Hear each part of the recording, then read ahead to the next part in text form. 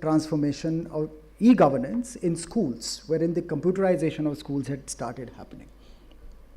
That was the year 2004.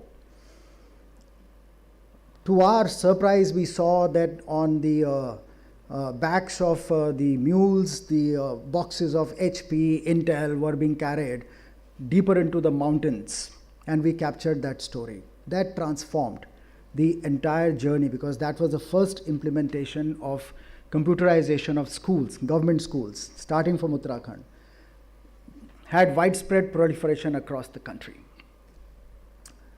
When we met him first, the very first question that he asked, what is Scotch?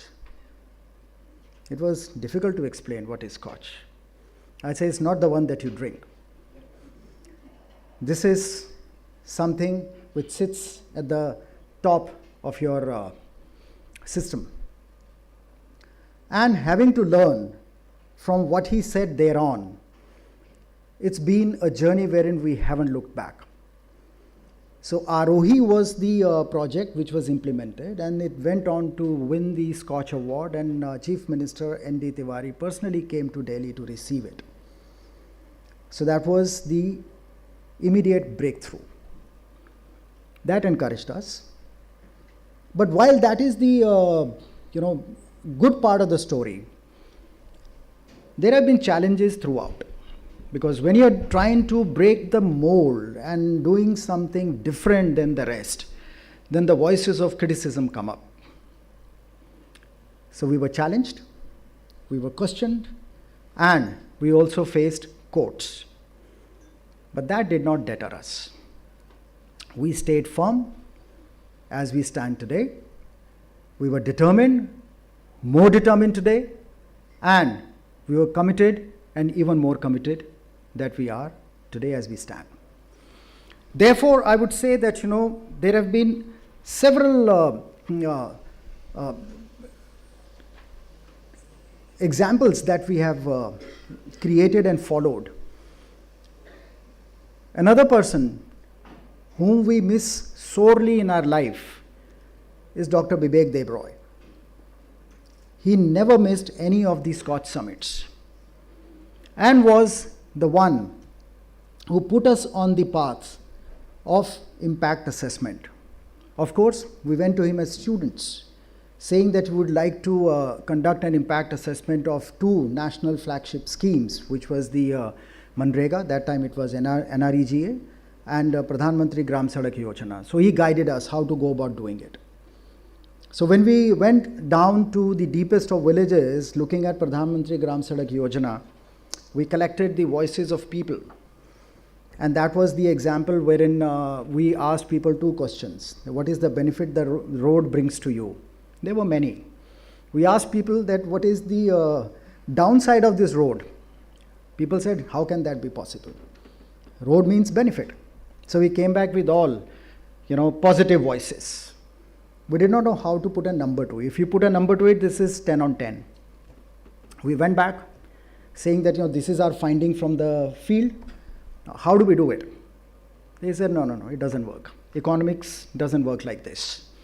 In economics, you have to have numbers which are opposite so that you can make a comparison. So these are not tenable. So that was a biggest learning, that let's not look at the governance from an economics point of view. Let's look at governance from the common sense and the sociological and anthropological point of view. And that is the reason as to why all assessments that we have been doing are all done at the project level. And we are looking at outcomes. So looking at the quantity, and we are also measuring the quality. So that's been a journey which has been extremely fulfilling. So needless to say that, when we say a journey of 1,000 miles starts with a single step, our journey begins even from today. So as 29th of March, I also would like to inform the House. It happens to be the birthday of our founder chairman, Mr. Sameer Kochar. So let's put our hands together and give him a big round of applause. So the many firsts attached with 29th, 100th Scotch Summit, Dr. Phatak being there with us, Dr. Ramachandran being there with us, the memories and the guidance that Dr. Bibek Debroy left with us. So, and of course, we have the august company of all you who have, descended from all the states across the country representing different walks of life.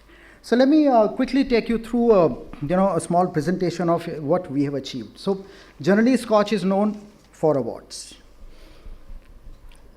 The moment you say Scotch, yes, Scotch Awards. But we go beyond that. We are a knowledge-based organization.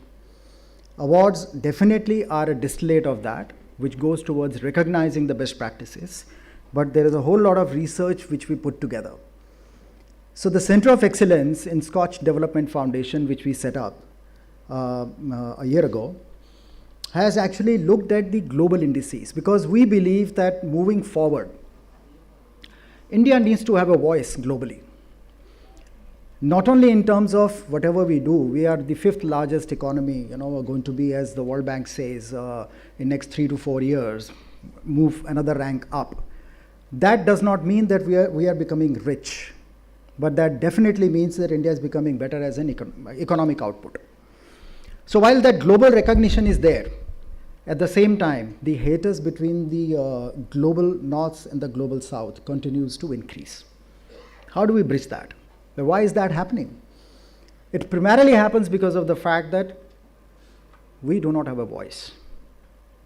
And the question is, why is it that we do not have a voice? Because the voice belongs to the north, not to the south.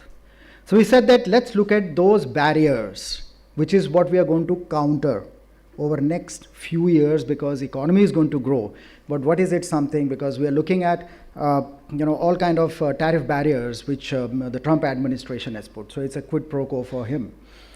But when we look at the global indices, the story is totally different. So for instance, the EGDI, which is done by the United Nations, India's rank is 105. Out of 193 countries. Difficult to believe.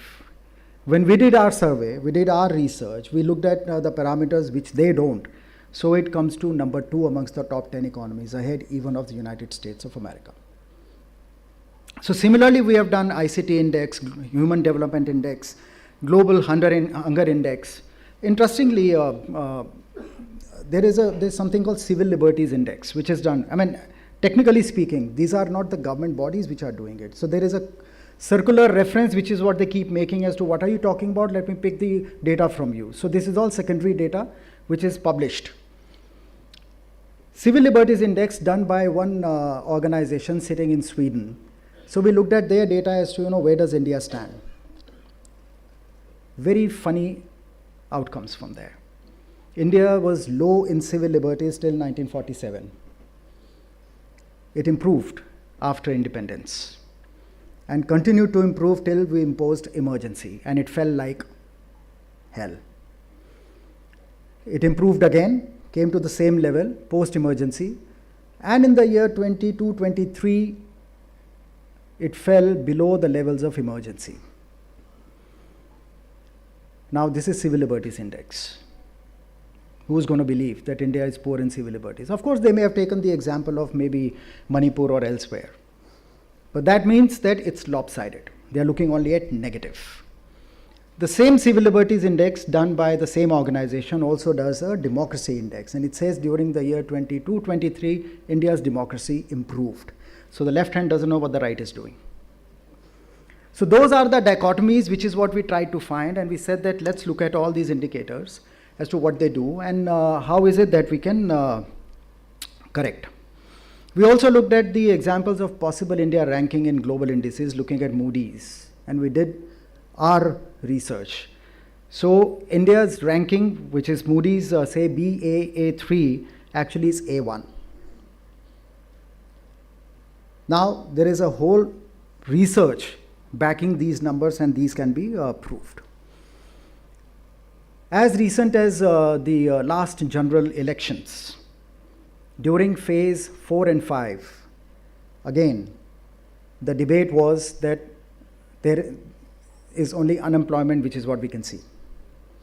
We quickly did a research in last 10 years, beginning 2014 to 24, because we have been studying governance in the country and we have all the data that is sitting there, and this is the primary data, which is what has been collected over a period of time, interacting with states, interacting with departments, interacting with industry and the stakeholders.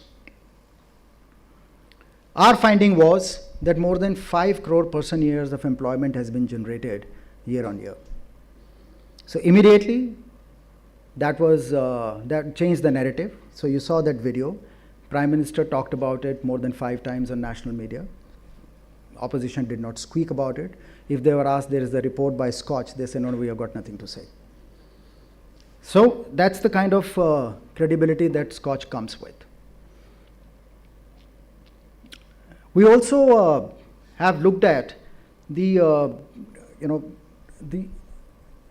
oncoming of challenges which India might face over next a year or two, which is to do with the ESG, environmental, social and governance. Again, there is an international body, an NGO, sitting in Sweden called GRI. It's called Global Reporting Indicators. They are finding signatories to their alliance worldwide. The entire global north is a signatory to it. And this is something which is going to create the biggest tariff barrier for a country like India, wherein climate change, they say, is the biggest problem that they have created, and they're asking us to become compliant for climate change. For us, the problem is employment and poverty alleviation. So our imperatives are different. But if we do not prepare now, then we are going to be facing the flak over the next couple of years. So that is something. Keeping that in mind, we created this India Involved Index. More than 1,200 indicators across corporate excellence, ESG, digital transformation, human rights in business, very, very important. And we have actually created the responsibility frameworks around it. These were the top 50 corporates who were judged on the India Involved Index in the year 2023. The 2024 report is going to be released soon. We looked at human rights in business. So if you look at these indicators, which is human rights policies, commitments, labor rights, workplace, grievance mechanism, human rights and communities, privacy and security of personal data. This is what we call rights-based indicators, because one law or another existing to take care of it. Next, which is psychological risk, managerial training, employee support, mental health promotion, return to work and reintegration, and digital well-being. These are only voluntary, may or may not be compliant for any organization. So this is how we have created this, that this is on the right base, it's happening. The other one also needs to happen. When we map these with the Fortune 500 top 20 companies, you see that as far as rights-based is concerned, Nifty 50 companies on the technical compliance in 79, and the Fortune top 20 is 60. That means on the right-based, we are doing well. But on the other side, when you say mental well-being indicators, we are extremely, extremely poor. So this needs to change. We also looked at that as far as mental well-being and mental health is concerned, there are challenges. We looked at 3 areas, which was OTT, real money gaming, and digital astrology. Found that digital astrology is the worst. So we said that, there is a need to set up a digital mental wellness research and helpline. Keeping that in mind, during the current budget, 79 crore rupees were allocated to set up the infrastructure to take care of digital wellness. AIMS is going to be housing it and running it. This is a recommendation which emerged from the deliberations and the workshops that we conducted to create all these indices. SKOCH State of Governance, which is what we each year look forward to. SKOCH Governance Outcomes Index. Herein we say that all of you participate in this, which is a quantitative and qualitative index. And herein we say that for the year 2024, Maharashtra, Gujarat, followed by Andhra Pradesh have been the top 3 performing states. We also look at SKOCH E-Governance Infrastructure Index. Now, this consists of 3, which is the telecommunication infrastructure. It talks about human capital index and then online services index. Now, these are the indicators which are specific to us, that is India. If you look at it globally, they say that as far as telecom infrastructure is concerned, that you need to have increased broadband, wired broadband connectivity. Since India does not have, so India is rated very, very poorly. Now, India jumped that gun. We became wireless pretty early on in our life. We have wireless in our pocket. We have wireless connectivity throughout. So we are not looking at the broadband, wired broadband connectivity. So we are also looking at, which is what they don't, as to the number of internet subscribers per 100 population. Since we are a more populous country, obviously the advantage there should be with us. And we are also looking at the tele-density. They say that India's digital literacy is poor. We don't believe in that. We believe in gross enrollment ratio. All Indian reports, calculations are done on GER, not on the digital education. So everybody today is digitally literate, whether you, me, or person walking in the street, or otherwise an urchin who is having a mobile phone, even beggars on the street asking to be paid alms on UPI. If I tell them that I don't have change, sir, UPI kar do. So these are the Indian sensibilities. This is the Indian reality. So how can we do away with that? And certainly when we look at online services index, the number of e-services, we have a dashboard called eTal, which captures on a real-time basis all the digital transactions, runs into billions and billions of transactions, millions of transactions per day. Talk about UPI transactions only, what we do in a month is equal to MasterCard, Visa, and American Express put together in a year. Ours would be a higher number than that. So those are the ones which are not looked at. They say that's to do with the financial transaction. We're talking of e-transaction to do with the citizen services. Even look at citizen services, the realities would be different. Then we did this financial prudence index. Niti Aayog came up with its financial health index, looking at 17 states. We did this looking at 28.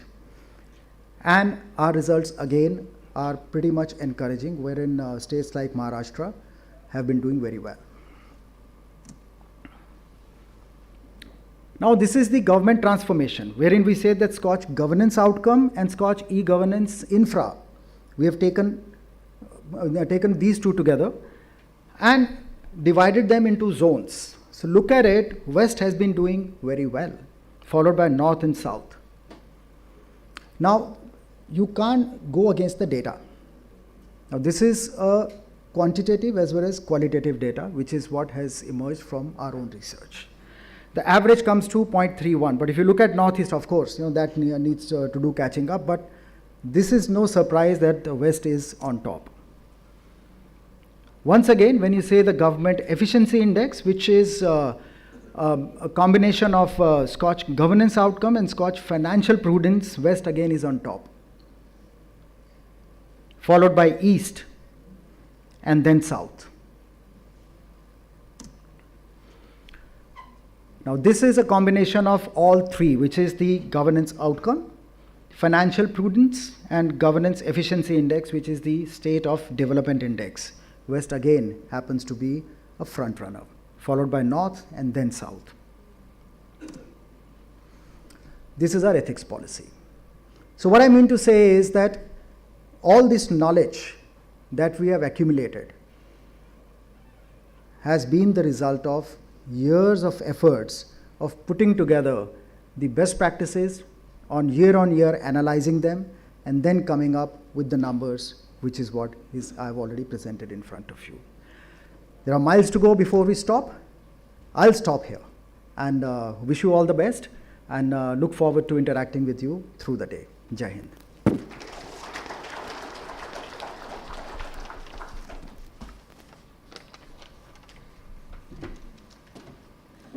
Thank you so much, sir, for these opening remarks and your valuable insight. देवी सज्जनों, जैसा कि sir ने भी बोला कि हमारे बहुप्रतिष्ठित scotch awards भी हमारे स्कॉच समिट का हिस्सा रहते हैं. सो हम हमारे स्कॉच अवार्ड्स के अभी के सेगमेंट की ओर अग्रसर हो रहे हैं, और उसके लिए मैं मंच पर एक बार फिर से आमंत्रित करूंगी डॉक्टर गुरशरण धंजल जी को, vice chairman SKOCH. I request you sir to kindly be on the stage. At the same time, जैसा सर ने बताया, we have the honourable presence of doctor M Ramachandran, Director STF and former Secretary Government of India amongst us. I request sir also to kindly be. Dr. Phatak, I request you to kindly be on the dais and do the honors for this segment of Scotch Award, sir. Thank you so much, sir.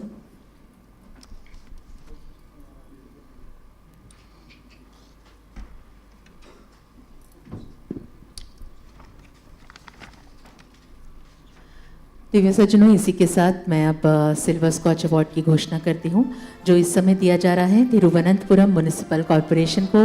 मैं निवेदन करूँगी mister Jahangir S secretary से कि वो मंच पर आएँ और इस अवार्ड को आप प्राप्त करें. दिव्य सज्जनों, थोड़ी सी ऊर्जा का संचार करते हैं. आइए हम सब इस पूरे वातावरण में, we have such valuable presence of you all here. Ladies and gentleman, Thiruvananthapuram municipal corporation for their project water tanker pass issuance and monitoring system.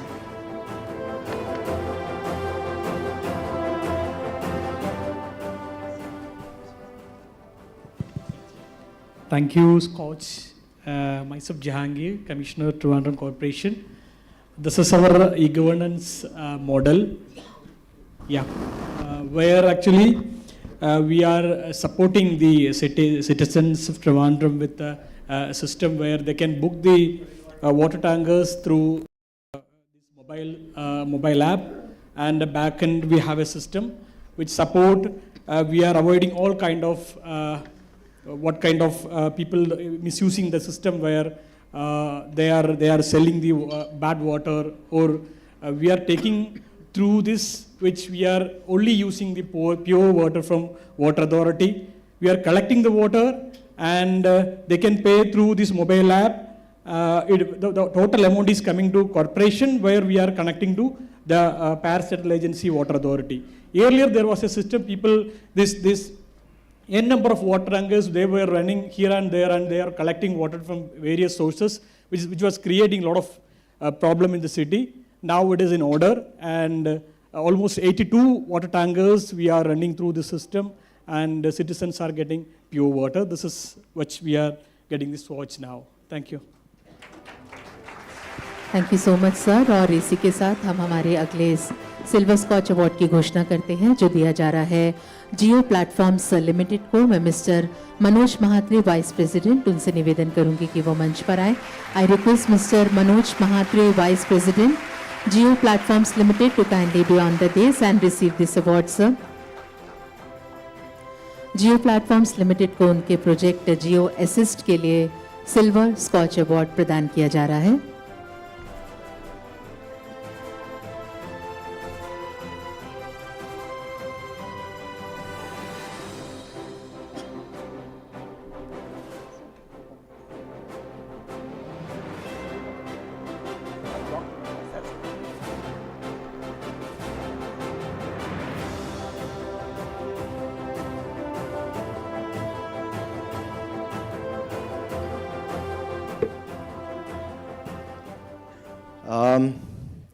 We know what contact centers generally do for organizations. They are the first touch point for our customers. The software that is used by these contact centers, the CRMs, play a very vital role. And if they are the commercial off-the-shelf applications which don't allow you to customize them the way that you want it, then you obviously are getting an irate customer. In GeoAssist, what you have actually done is customize the tool on open source platforms the way we wanted it to our needs. Proactive badges, widgets, automation of all those mundane tasks which the agent was doing is what we've actually incorporated in this, which has done a big turning point on increasing our NPS. Yeah, thank you. Thank you so much. Thank you, sir. Thank you so much sir. आप सभी से एक निवेदन है, आप जब भी award के लिए ऊपर आएँ तो आप लेफ्ट साइड की स्टेयर से ही आप ऊपर आएँ. Thank you so much. देवी सज्जनों, अगला सिल्वर स्कॉच अवार्ड प्रदान किया जा रहा है women development and child welfare department ICDS Prakasam district. मैं श्रीमती थमीम अंसारिया डिस्ट्रिक्ट मजिस्ट्रेट हमारे बीच में है, उनसे निवेदन करूंगी कि वो मंच पर आएँ और इस अवार्ड को आप प्राप्त करें अपने प्रोजेक्ट बंगारू बालयम के लिए. Women development and child welfare department Prakasam district.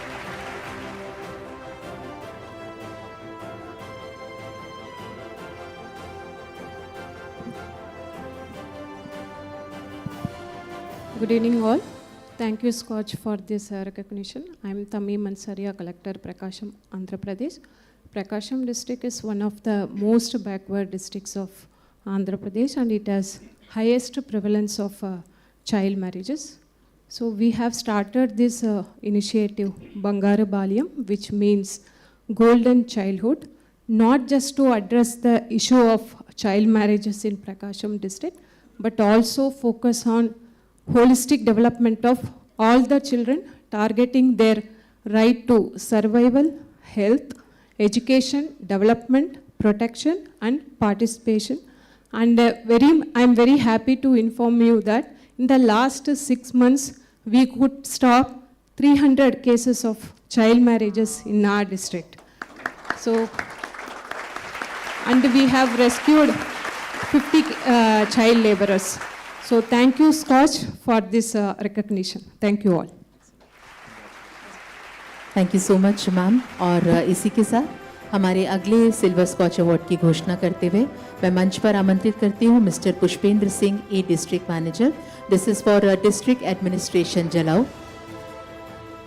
Mister Pushpendra Singh a district manager, district administration जलाओ को उनके project cow shelter management system के लिए ये अवार्ड प्रदान किया जा रहा है.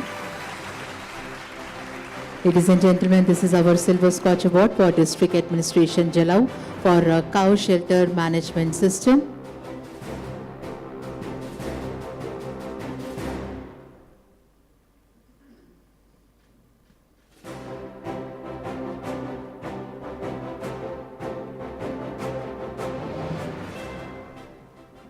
Thank you sir. मैं आपको बताना चाहूँगा कि हमारे यूपी में बुंदेलखंड एक जगह है, वहाँ से हम लोग जालौन से बिलोंग करते हैं, जहाँ आपने सुना होगा फूलन देवी का नाम सुना होगा. बेसिकली वो डिस्ट्रिक्ट जालौन से थी. हमारे यहाँ एक दिक्कत बहुत बड़ी थी अन्ना गौवंश की. उस पर हमारे प्रदेश में बहुत काम हुआ, लेकिन उसका पर्टिकुलर एक परमानेंट सॉल्यूशन नहीं निकाल पा रहे थे हम लोग. तो उसके लिए एक हम लोगों ने सॉफ्टवेयर बनाया और गौशालाओं में कैमरे लगाए. जो कैमरे जियोटैग थे, कैमरे ह्यूमन डिटेक्टेड थे और AI इनबिल्ट थे, जिससे हम लोगों ने गौशाला में क्या होता था, शाम को हमारे जो केयर टेकर्स थे वो गोवंश छोड़ देते थे तो वो फिर रोड पे आ जाते थे या किसानों की फसल को नुकसान करते थे. तो उसको हम लोगों ने इतना बैकअप में लिया और सब चीज़ें की मॉनिटरिंग वगैरह की. एक कंट्रोल रूम बनाया, वहाँ से डेली 24 घंटे मॉनिटरिंग होती थी और उन चीज़ों में सुधार हुआ. आज की डेट में हमारे डिस्ट्रिक्ट में ये दावा है कि कोई भी जानवर जो गौवंश है, अन्ना गौवंश है, रोड पे नहीं मिलेगा आपको.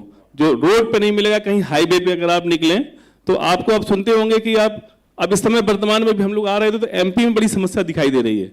तो ये यूपी में हम लोग पहले डिस्ट्रिक्ट थे और ये मॉडल पूरे स्टेट में लागू किया गया है हमारे माननीय मुख्यमंत्री जी ने. इसलिए धन्यवाद sir. Thank you. Thank you so much sir. और इसी के साथ अगले सिल्वर स्कॉच अवार्ड की मैं घोषणा करती हूँ. ये दिया जा रहा है department of land and land reforms and refugee relief of rehabilitation government of waste Bengal. Mister Vibhu Goyal, director of land records and survey, उनसे निवेदन करेंगे कि वो मंच पर आएँ. लेडीज एंड जेंटलमैन, ये अवार्ड उनके project digital transformation of cadastral map in West Bengal के लिए उन्हें प्रदान किया जा रहा है. Department of Land and Land Reforms and Refugee Relief and Rehabilitation, Government of West Bengal.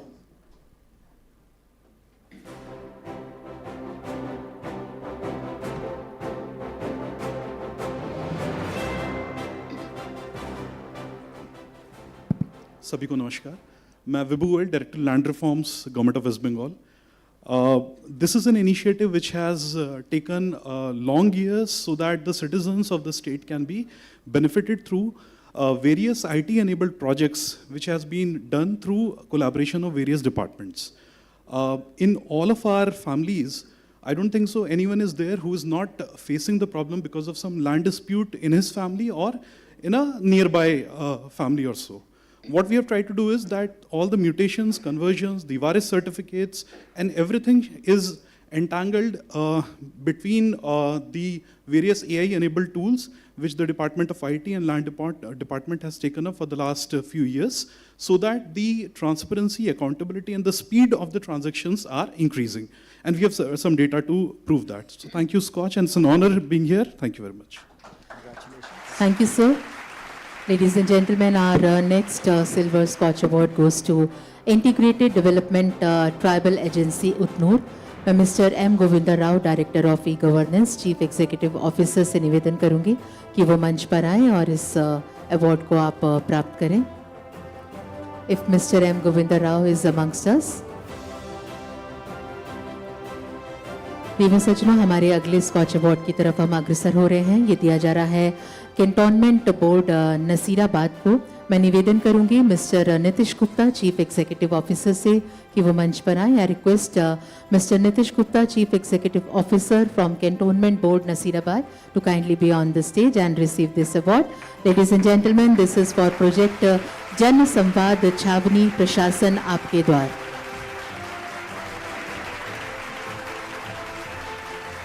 Cantonment board Nasirabad for जन संवाद छावनी प्रशासन आपके द्वार.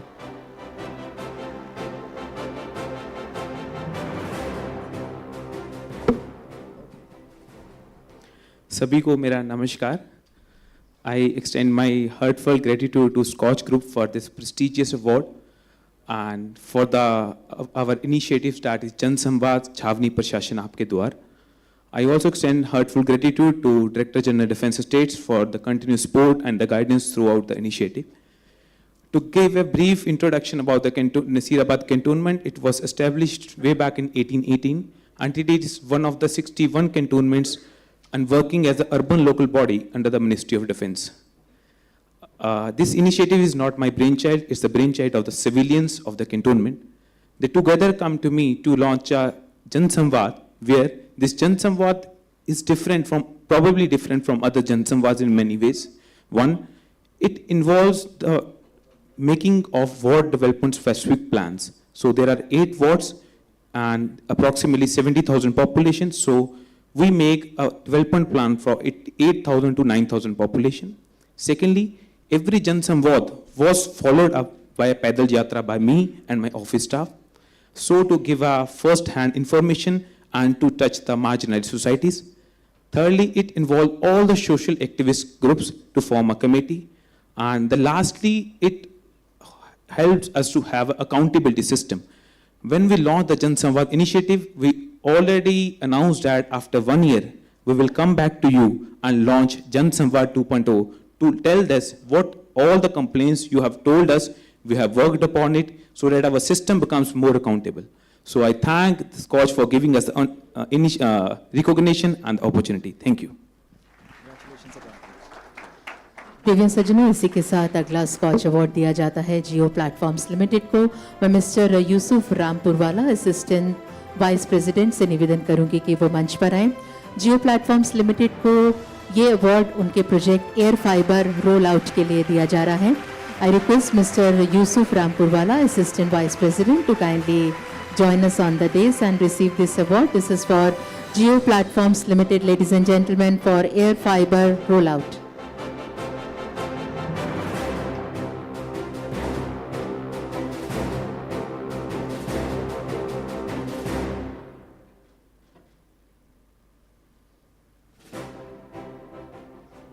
Good evening, everyone. Jio plans to connect every Indian household with high-speed internet connectivity, and laying down fiber is a challenge in such a big country. And by offering Jio Air Fiber, we are trying to wirelessly connect every corner, every household, household in India.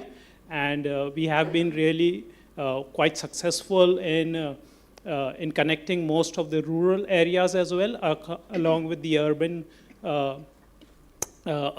households.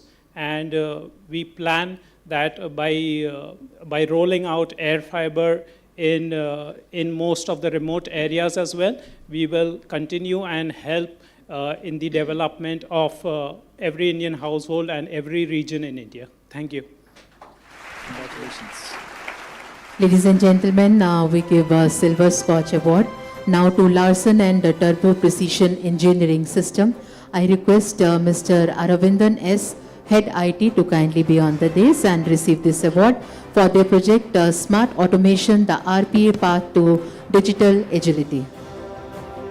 Ladies and gentlemen, the team is here to receive this award. Let's put our hands together. Larsen and Turbo Precision Engineering System for their project Smart Automation, the RPA Path of Digital Agility.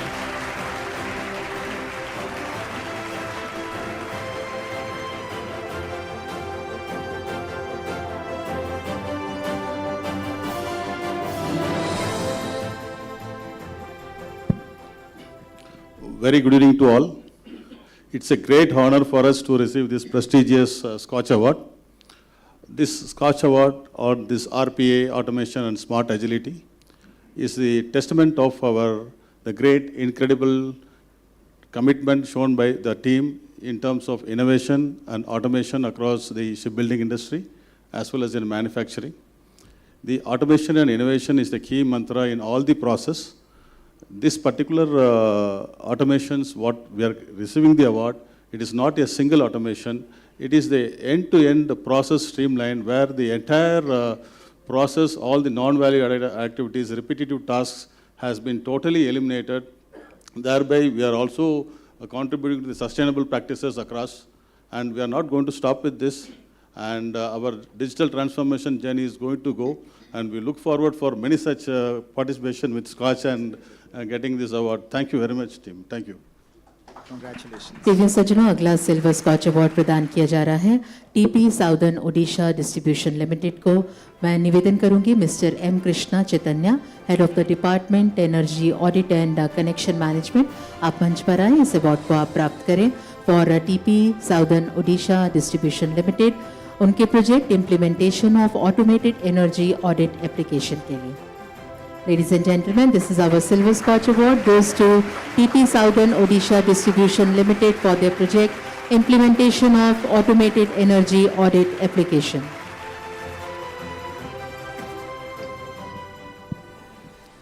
Good evening all. Tata Power Southern Odisha Limited is spread across 49,000 square kilometers, and the energy purchase from the transmission companies and to distribute it to 21 lakh customers. There are, transmission and distribution losses. One need to capture losses at all stages so that we can take action. This particular platform helps us to capture the losses at each and every segment of the utility value chain, and it helps us in mitigating the losses. And going forward, we are further automating it to pinpoint a smaller cluster also where losses are occurring. So that's all from my side. Thank you, SKOCH, for giving us this wonderful opportunity. Thank you. और इसी के साथ CESC limited को silver scotch award देने की अब मैं घोषणा करती हूँ।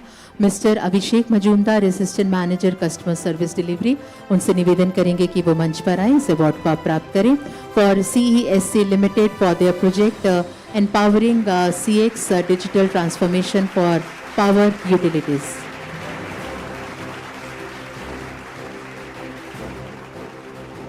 CESC Limited, ladies and gentlemen. Good evening, everybody. My name is Abhishek, and I represent CESC Limited from the RP Sanjeev Goenka Group.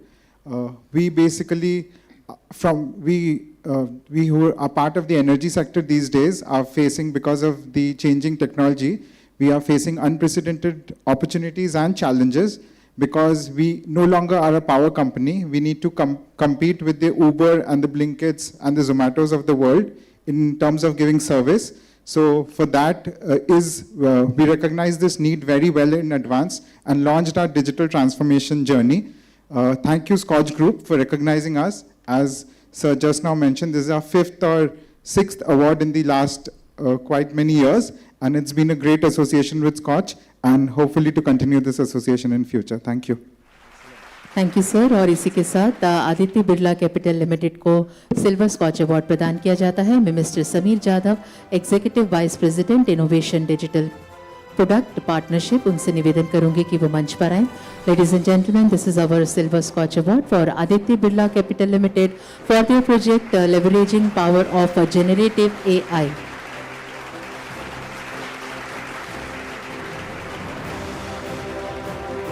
Aditya Birla Capital Limited, ladies and gentlemen, receiving a Silver Scotch Award for leveraging power of generative AI. Good evening, everyone. While many companies globally are thinking whether generative AI is a hype or it's real, we at Aditya Birla Capital have been forefront of this innovation by building many generative AI-based applications. One called Simplify Bot to really simplify finance for our customers. Sales Assist to help our sales employees be more productive, and Service Assist to help our contact center employees improve customer NPS. So this is a great honor. Thank you, SKOCH. Thank you very much, and we look forward to this association. Thank you. Thank you, sir. With this, I announce our next Silver Scotch Award, and it goes to TP Western Odisha Distribution Limited. I request Ms. Subhashri Patra, Lead Engineer, to kindly be here. Ms. Subhashri Patra, Lead Engineer. Yeah, I request you to kindly be on the dais and receive this award for TP Western Odisha Distribution Limited for their project Green Energy Captured through PSS Solarization.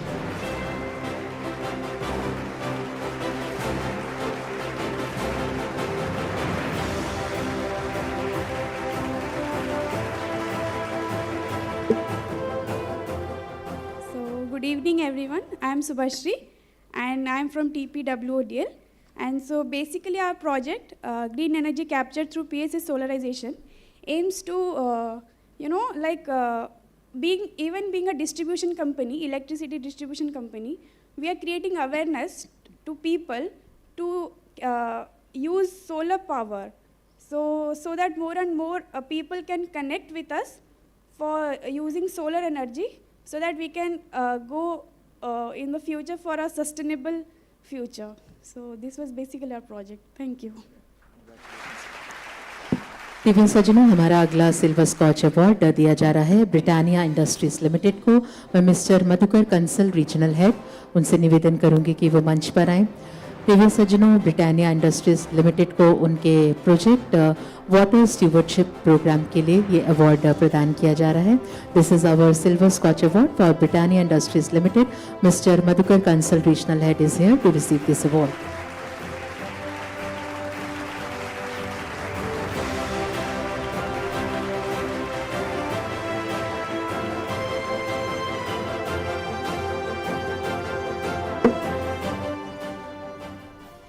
Hi, good evening.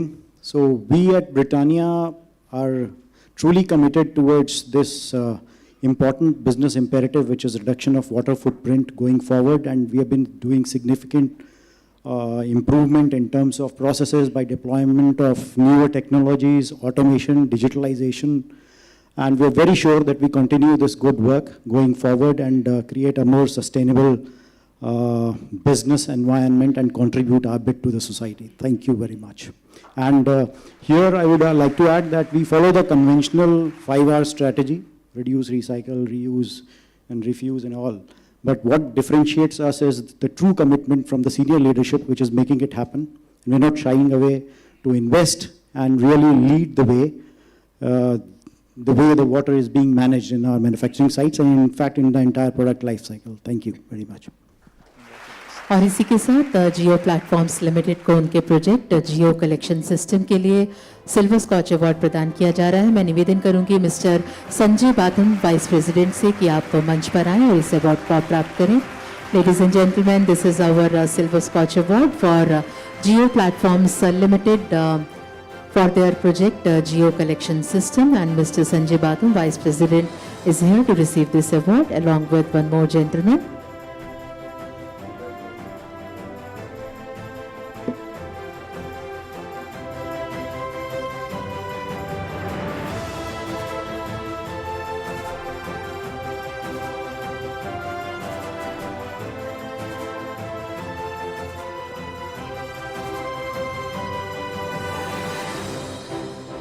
Hi, good evening, everybody. Thanks to the SKOCH team for recognizing our efforts and giving us this reward. So the core theme of the SKOCH Award is how we actually create an impact on end customer. The small things also create a huge impact on end customers. As a technology leaders, we generally follow the process and policies of the company, and sometimes we don't care much about the end customers. But with such type of awards, we actually get motivated and we think about the end customer as well. So what we did is, based on our last year's experience, we have created our in-house collection module, which ensures that customers are informed well in advance about their dues, and also their core data is intact, which is not compromised. So that's the core theme about our project. और इसी के साथ Gujarat gas limited को उनके project green hydrogen blending इन city gas distribution network के लिए silver scotch award प्रदान किया जाता है। मैं mister Yogiraj Nawate, executive vice president operation, से निवेदन करूंगी कि आप मंच पर आएं। Ladies and gentlemen, our Silver Scotch Award goes to Gujarat Gas Limited for their project Green Hydrogen Blending in City Gas Distribution Network. Mr. Yogiraj Navate and the team is here to receive this award.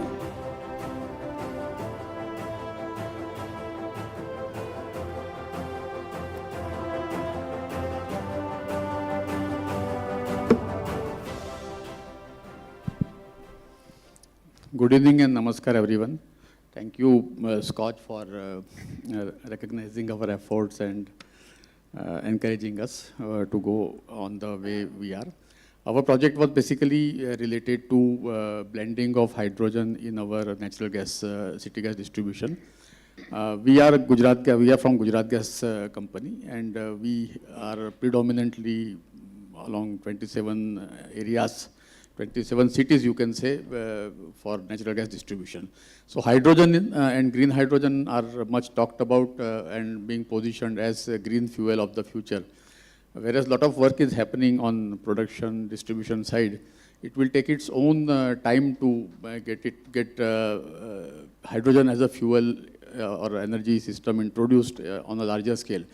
But what we are doing is basically in our existing system, if we can blend hydrogen and start supplying along with natural gas, that will not only help environmental pollution containment and but also import subsidization.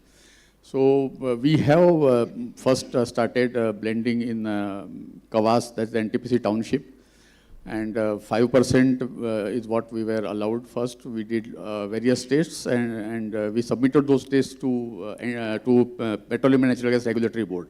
So we are working closely with them, and just as they allow us to increase the percentage of blending. At present we are at 8% and soon we will be at 20%. Thank you.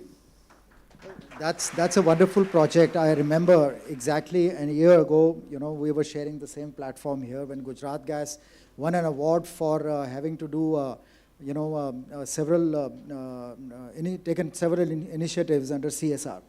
And one of the, initiative was to supply gas to the crematoria, free gas. And that time when we talked about that, are you claiming it under the carbon credit or environmental, which is part of ESG? The answer was no.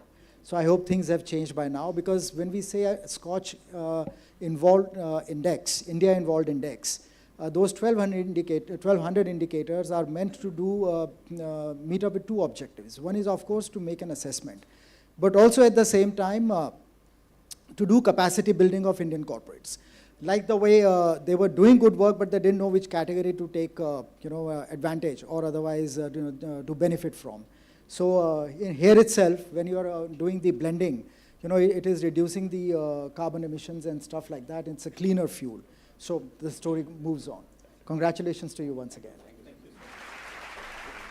और इसी के साथ अब हम Hindustan Unilever limited को उनके project प्रभात के लिए सिल्वर स्कॉच अवार्ड प्रदान करते हैं। मैं मिस मंदिरा नागरत सीनियर मैनेजर प्रभात हेड से निवेदन करूंगी कि वो मंच पर आए। Ladies and gentlemen, this is for Hindustan Unilever Limited for their project Prabhat, and gentleman is here to receive this award.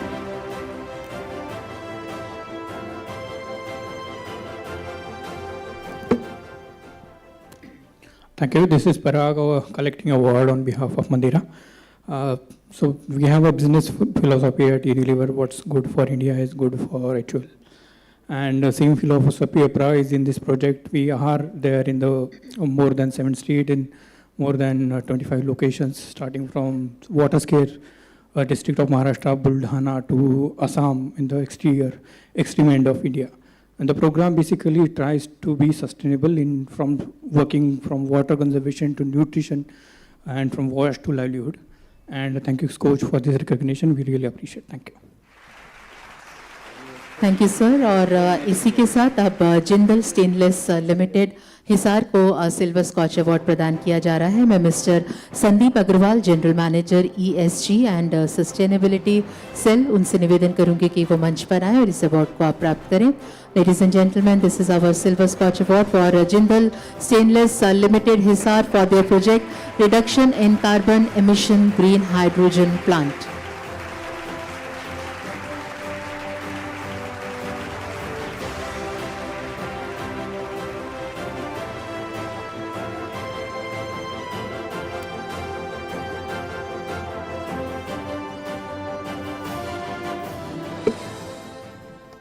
Yeah, good evening, everyone. I am from Jindal Stainless Limited. I'm Sandeep Agarwal, and Jindal Stainless is the stainless steel making company and working extensively for carbon reduction. And this green hydrogen plant we have installed last year, 19 nm cube per hour plant is theirs, and we are making hydrogen by solar cells, which is installed at the rooftop and the floating panels. This is a floating panel installed on the water degrees. So by this we are making 100% green hydrogen. And we are using it in our bright annealing furnace, which is giving the quality product. Basically, we are also making the productivity also high on this. Thank you so much for the Scotch for this. Congratulations. और इसी के साथ जियो platforms limited को उनके project जियो edge gateway के लिए हम silver scotch award देते हैं। मैं mister Atul Rastogi vice president से निवेदन करूंगी कि वो मंच पर आएँ और इस अवार्ड को आप जियो प्लेटफॉर्म्स लिमिटेड के लिए प्राप्त करें। जियो प्लेटफॉर्म्स लिमिटेड का ये एक और प्रोजेक्ट है जिसने सिल्वर स्कॉच अवार्ड हासिल किया। देवियों सज्जनों, this is for Jio edge gateway.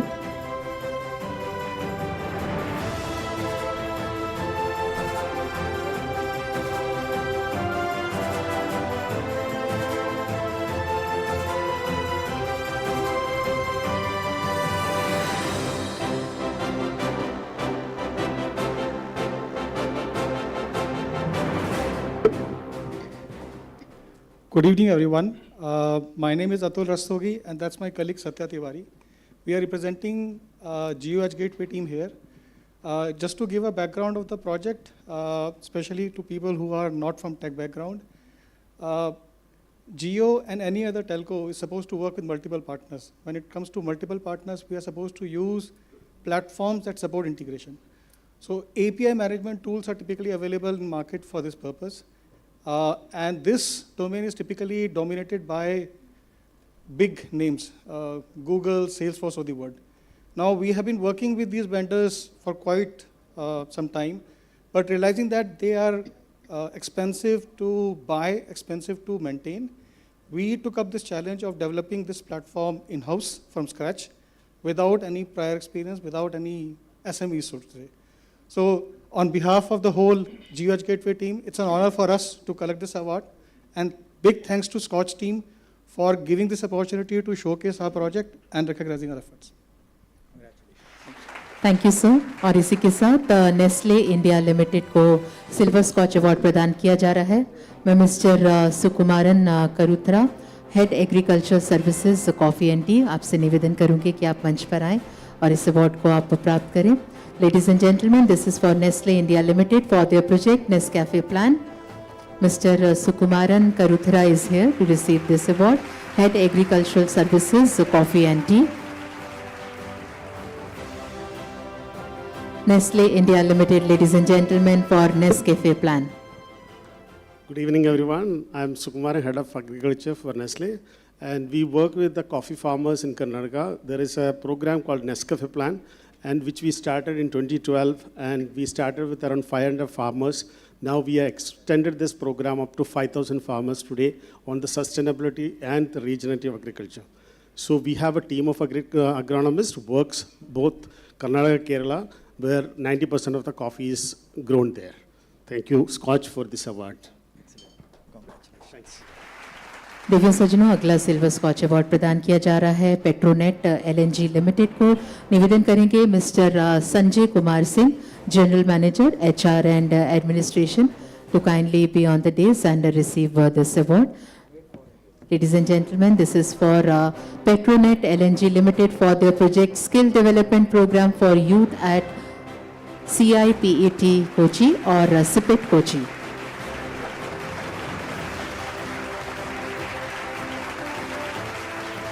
Petronet LNG Limited, ladies and gentlemen, for their project skill development program for youth at CIPET Kochi. Thank you, Scotch. Good evening to all.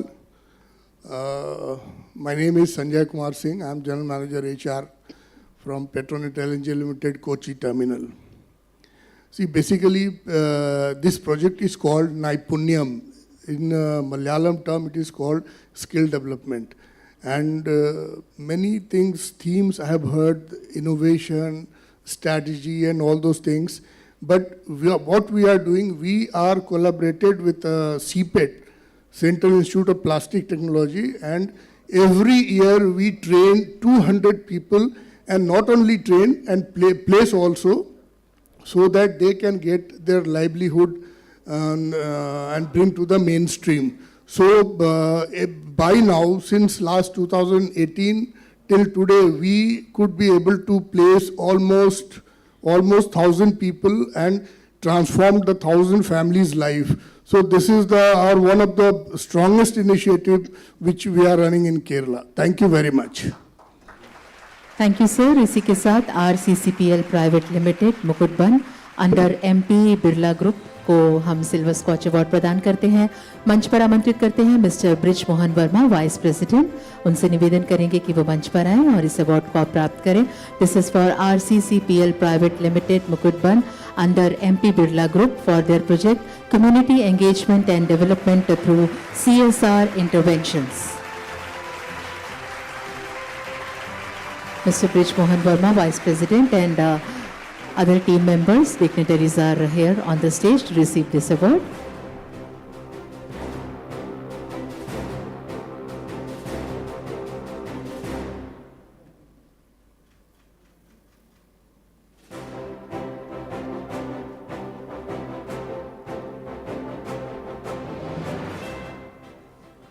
Good evening all, and thank you very much SKOCH Foundation for recognizing our efforts towards society.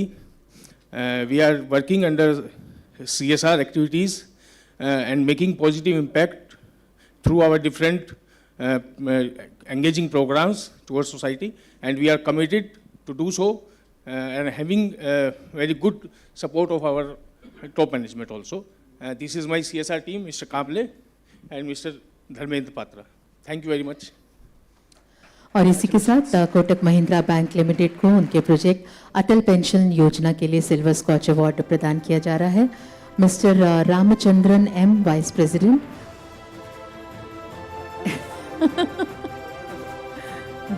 Sir आप वहां से आइए अब एक बार आप।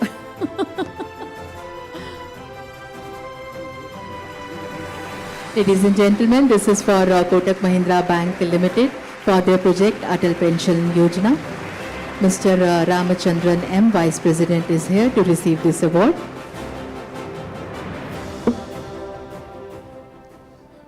Good evening, everyone.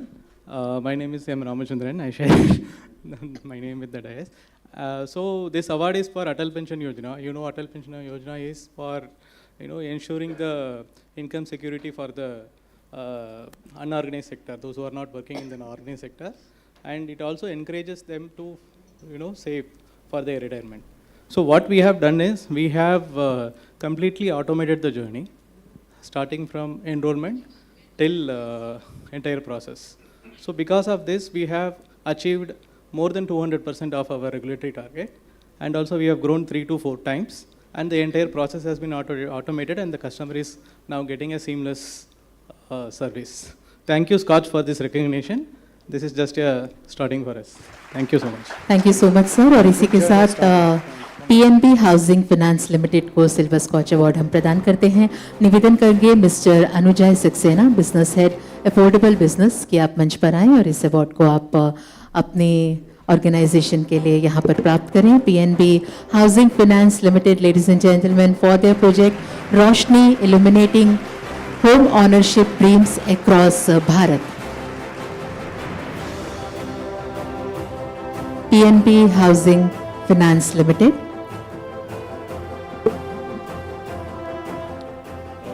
Very good evening to all of you. I represent PNB Housing Finance Limited, and first of all, a big thank you to SKOCH Foundation for selecting our program for this prestigious award. A little bit about the Roshni home loan program that we introduced in the market about a little over 2 years back. The target segment for this your Roshni home loan scheme is the underserved customer segment, which essentially come from the economically weaker section and from the lower income group of the society. We have touched upon lives of more than 30,000 families across the country in the last 2 years that we have been trying to serve this customer segment. More than 30,000 families have fulfilled their dream of home ownership through our financial assistance program.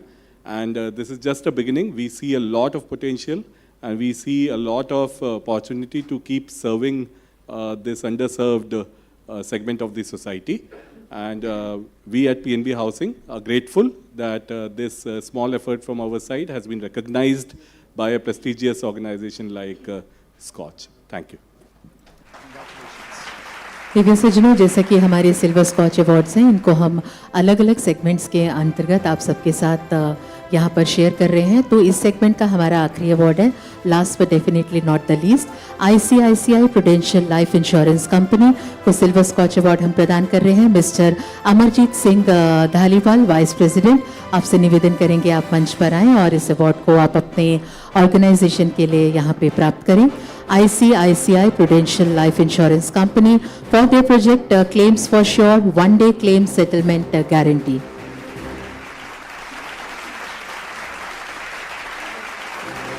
Ma'am is also here among us.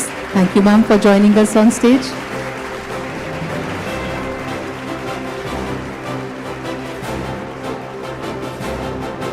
This is for Claims for Sure One-Day Claim Settlement Guarantee project by ICICI Prudential Life Insurance Company.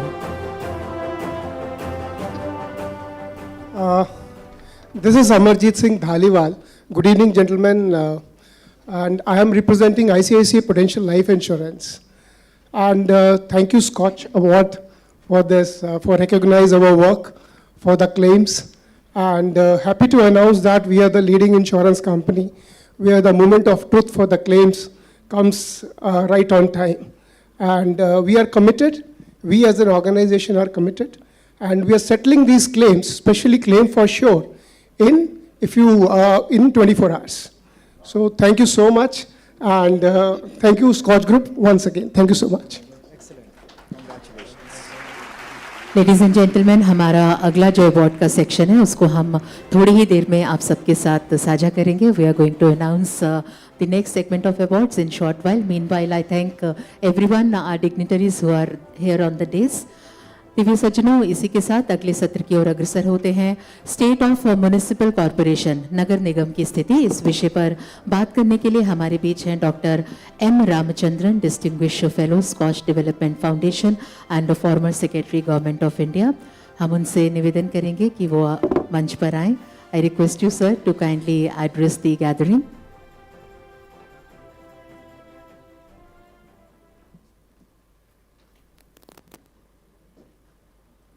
Sir is going to put some lights on a state of municipal corporation. Sir is amongst us. Ladies and gentlemen, let's put our hands together.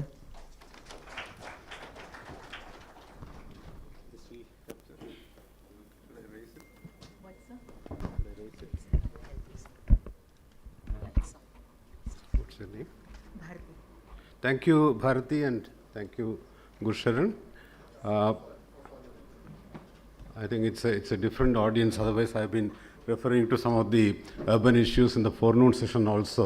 So I suppose you will find it slightly different today. Broadly about the process of reforms and how do we make our path to reach the 2047 target better, easier.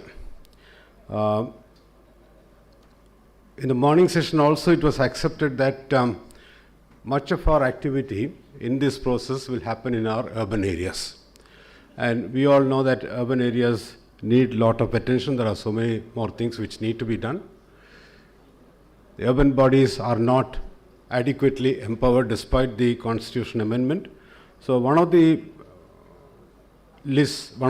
points on the list to be taken up would be how to empower the urban bodies, how to enable the urban bodies to raise more resources, and how to improve service delivery at the urban local body end. There was a point which came up in the morning, the Finance Secretary referred to that. Of course, there is action in the urban areas, but along with that, the rural area prosperity also has to be kept in view. So I won't enter the rural area part of it. Yes, there is need for action at the rural areas also. And if you extend the thinking, how to reduce migration, but should you be totally reducing migration, because a good part of the workforce comes from rural areas to the urban areas. With technology taking over, probably it may change substantially. We have to wait and see. So we have to be prepared for that as well. So when we look at cities today, though we have some semblance of an urban governance system, when we make comparison of this system with some of the well-developed advanced cities globally, we find there is much, much more which needs to be done. And if you're familiar with the reform process, it was when the National Urban Renewal Mission was introduced around 2005-06 that the central government first talked about reforms for the urban areas, and a huge list of 23 reforms were listed for any state or local body to derive benefits of the National Urban Renewal Mission. So each state and local body had to make progress about these 23 reforms, and it was a substantial agenda. Someone referred to the rent control reform requirement. That was also included. Reducing stamp duty was another reform which was included. And along with that, much more action was expected through the reform process to transfer funds, functions and functionaries to the urban local bodies. Now we have a mixed scenario in our country. We are all familiar with that. Some states have made some progress as far as giving more areas of action to the urban bodies is concerned, but there are still some states left where it is not to that extent.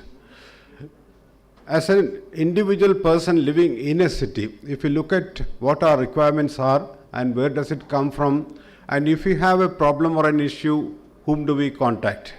I'm reminded of a statement made by one of our veteran seniors, who is in charge of the city. So either you go to the municipal corporation or the municipal body for certain solutions, you go to various other bodies. In many states, supply of water is the responsibility of the water authority or the water board. So there are different entities which are working, and if it's a question of water authority having its jurisdiction, probably the elected local body does not have much to do with the water body. Mobility has become an important issue. Cities by themselves are not in a position to provide for improving mobility. So they are dependent on either the state government or the central government. Central government comes in when it comes to metro systems and things like that. where central government facilitates certain amount of funding. Yes, we had the metro system, which is one of the most popular forms of mass rapid transit in some 4 or 5 cities to start with some 20 years back, but today it has reached more than 20 cities, so that is the step forward we have taken. Another concept called the bus rapid transit system was taken up. It took roots in some cities, but most unfortunately today nothing much is being heard about that. The states or the local bodies by themselves were not in a position to provide for more buses for the cities, new buses, efficient buses, buses which we all would like to use. So again, through the central program, central government came up with plans to assist the cities to procure new buses. So some amount of new buses were procured and introduced in our cities. Recently, e-buses also have become available. But city transport is a subject which, in the case of most of our urban local bodies, is something which is not in the domain of the urban local body, mainly because it involves huge investment, and naturally the local body would be better off if that burden is not given to them. We have examples of entities like BEST running the transport system in cities like Mumbai. During the urban mission and reforms process, when buses were provided, cities, state governments and cities were asked to provide for at least a special purpose vehicle for the cities to take care of the transport requirement. I recall cities like Indore taking the initiative and having what is called an SPV at the city end, so that the local system is involved in the process of improving urban transport. We see congestion on our roads, we see lack of vehicles, we see pollution, we see problems, we see public transport is not easily accessible or available, cycle tracks are not there. When it comes to a question of metro, the last mile connectivity is an issue. So these are complexities of the changing urban mobility scene in our country, and we looked at examples of what cities like London, which has a Transport for London as an independent authority to look into all transport related issues and take care of future requirements. The Land Transport Authority in Singapore, these are all bodies which focus entirely on city transport issues and the like. So states were asked to provide for what is called a Unified Metropolitan Transport Authority for cities, at least the large cities, 1 million plus cities to start with. I'm sure you understand the distinction between the central government can take the initiative, but urban development is not a subject which is mandated to the central government. So it has to work through the state governments and cities. So states were asked to take this initiative. As of now, the then Andhra government took an initiative to have a unified transport authority for the city of Hyderabad. Chennai also provided for that, and Kerala provided legislation for the 3 big cities. Most of the other states did not go for legislation, and they put up something like an executive arrangement whereby some review would take place and some decision making could happen. That is not enough. Even the metropolitan transport authorities, which have been legislatively provided for, are not active enough to look at the entire scenario of city transport and mobility issues. Then came the Smart Cities Mission in recent years. Smart Cities Mission also could focus on technology related improvements as far as mobility is concerned. Some efforts have been made, some initiatives have been taken in some places, but not so all over in all the cities. You are all familiar with the number of cities which we have. Technically it is something close to 8,000 if you include what is called the census towns also. Now census towns is another difficult area. There are some census towns in our country which has population close to 1 lakh, but it is not a notified urban body. Why is it so? Because state governments continue to prefer to keep them as villages or village bodies. A call had to be taken again by the state governments, but mostly state governments are not keen to convert these villages into urban bodies because maybe political reasons or other reasons. So we have a scenario today, if something like close to 8,000 cities and towns exist in our country, not all of them have what is called a master plan.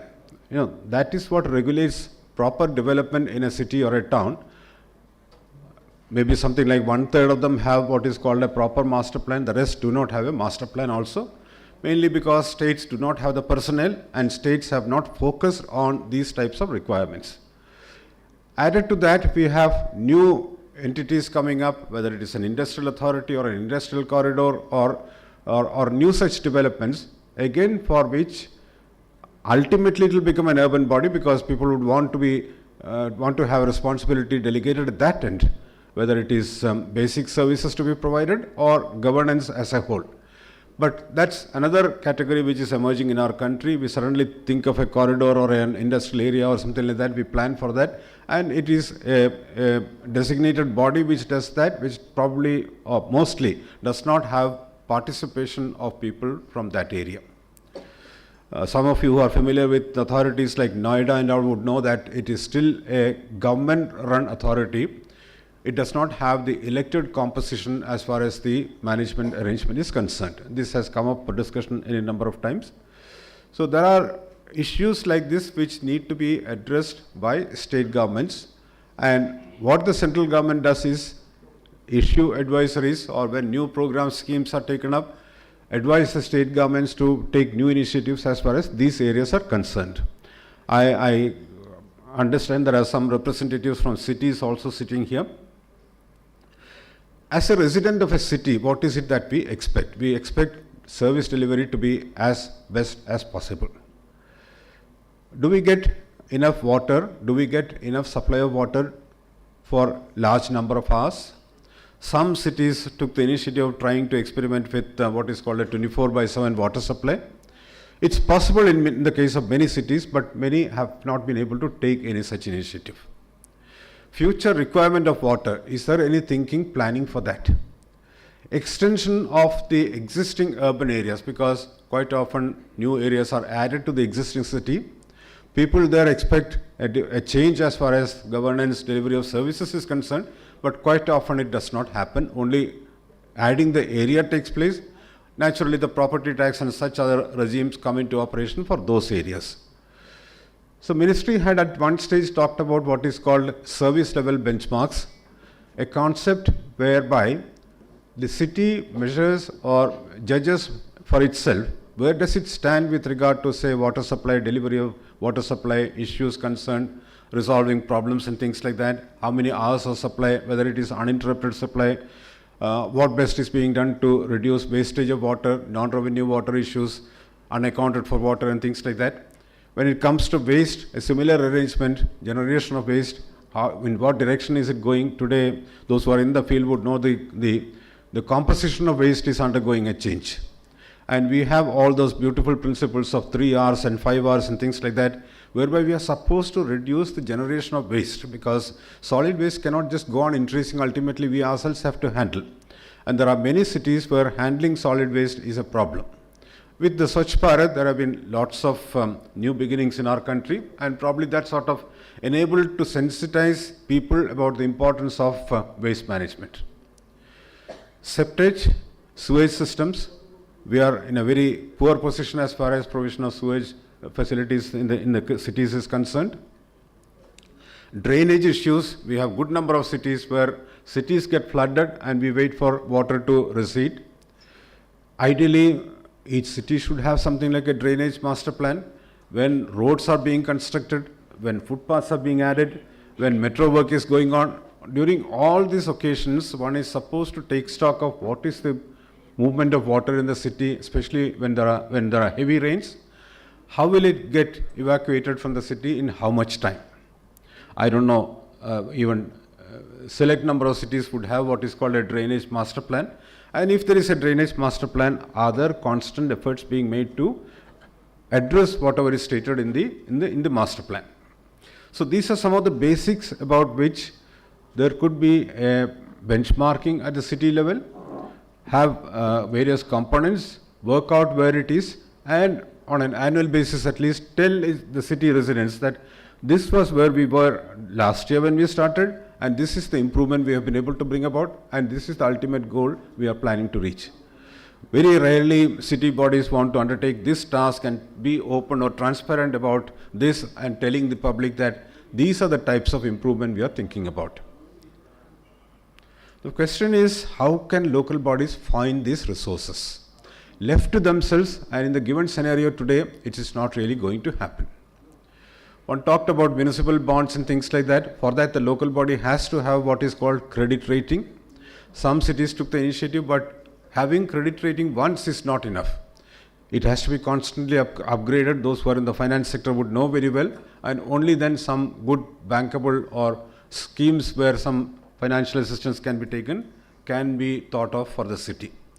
So it's a complex agenda which the cities have, and the question is how much the state governments would want the cities to take initiatives in these areas, what support will they provide, and what futuristic plan would be there for these cities and towns. We are lacking substantially as far as that is concerned. So when we talk about Vikasit Bharat and 33 years from now, 33, right? Or 23? 23 years from now, so 23 is not a very huge time frame. During that period, are we aiming at reaching a situation where our cities will be worth living? Now, people either move out of the cities because of the problems. If there is concentration of economic activity, there is a lot happening, but then issues like housing. I mean, for the poor, there is a huge issue as far as housing is concerned, and that's why this Pradhan Mantri Awas Yojana and things like that is supposed to take care of those basics, slum upgradation, providing at least a decent house, water connection, things like that. But beyond that, for even the lower income earning sections, are houses likely to become available in cities? Today the cost is going up. So where will those people who come into the city live, and how fast or how easily can they locate a house for themselves? This is another basic issue. So one tends to think in terms of if the city is already congested, one thinks about the adjoining areas. To take a classic example of Delhi, the national capital region, that was a concept which was evolved. The Municipal Corporation of Delhi, NDMC, Cantonment Board, these cannot accommodate all those who have something or the other to do in the city of Delhi. So naturally, Noida, Gurgaon and all, Faridabad and all started coming into prominence. The metro connectivity probably to a certain extent facilitated day-to-day movement. You can go and live somewhere there and then come to the city for work and get back. So these type of planning, if it doesn't happen, and within the city, if there is not enough thought given as to what all do we need to take care of, what all do we need to provide in the next 5, 10, 20 years, then our urban mess is going to continue. So the question is how to find a solution to this. On the one hand, the state governments probably should take a call as to how to empower the local bodies, how to improve governance at that end, how much more can be delegated to the local bodies, because everything need not be done at the state level. Governance closer to the people makes all the difference. So technically the 18 functions, which includes health, education and the like, should be ideally managed at the city level, the local body level. But unfortunately we have a situation where those wherever we have municipal corporations, we don't know who the mayor is. We don't know how long a particular person is there as a mayor, whereas again, if I take the example, I may be going to the extreme examples, New York or London, you know who your mayor is, and the mayor interacts with the boroughs or the local units, whatever it is, and people know who is the one who is responsible. Unfortunately, we haven't reached that stage yet. Similarly, other municipal bodies, municipal chairman or town area chairman, there is no clarity about this. And unless they are empowered to play a role, these things are not going to change. So we'll keep talking about this. 10 years back, 15 years back, when I was handling urban development, then also I raised these issues. Today also I raised these issues. I don't know how much change has come about. Maybe we can make some marginal claims. Indore there is a bus system, or Indore tops the SKOCH Bharat Survekshan every time. But why only Indore? We have any number of cities in our country. Why are the other cities not able to come at par with Indore and the like? There is still something lacking. Capacity building. There has been a lot of action telling the elected representatives, preparing the officials working as part of the local bodies. Any number of seminar sessions have been held. They have traveled within the country, traveled outside, and have got a feel for themselves as to what can change, what needs to change. So the question is, again, if capacity building is happening at that end, is that coming to the benefit of the city or not?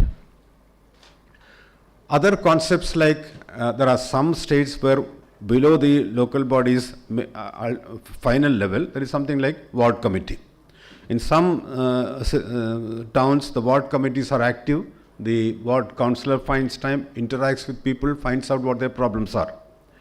During the reform process, states were also advised to go a level below the ward committee at the area level. Area means basically a polling booth level, and there should be something like a concept of an area sabha.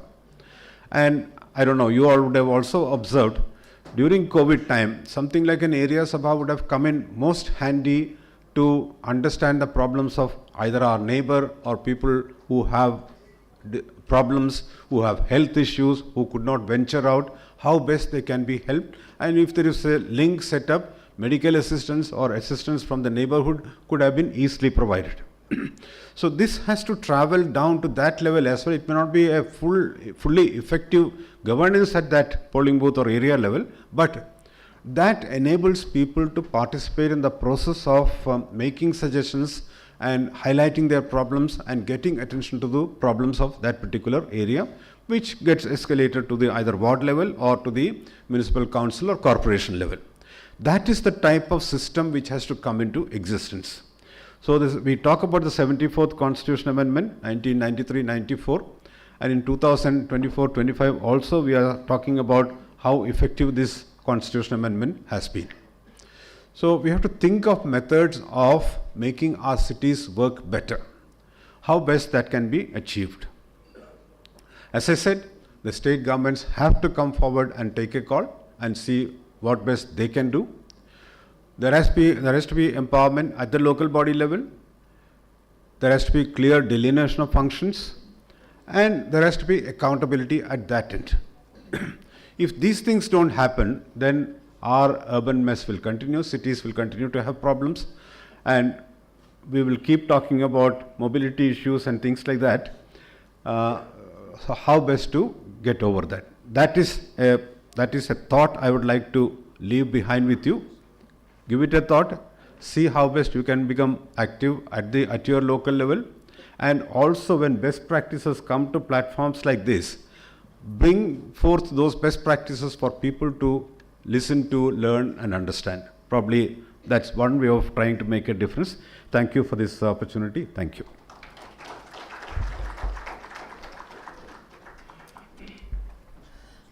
Thank you, Dr. M. Ramachandra, for valuable insights you shared with us today. We request you to kindly be with us, and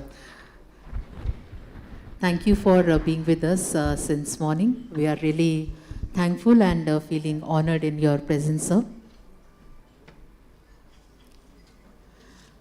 देवी सज्जनों, मंच व्यवस्थित होते ही हम हमारे अगले सत्र की ओर अग्रसर होंगे.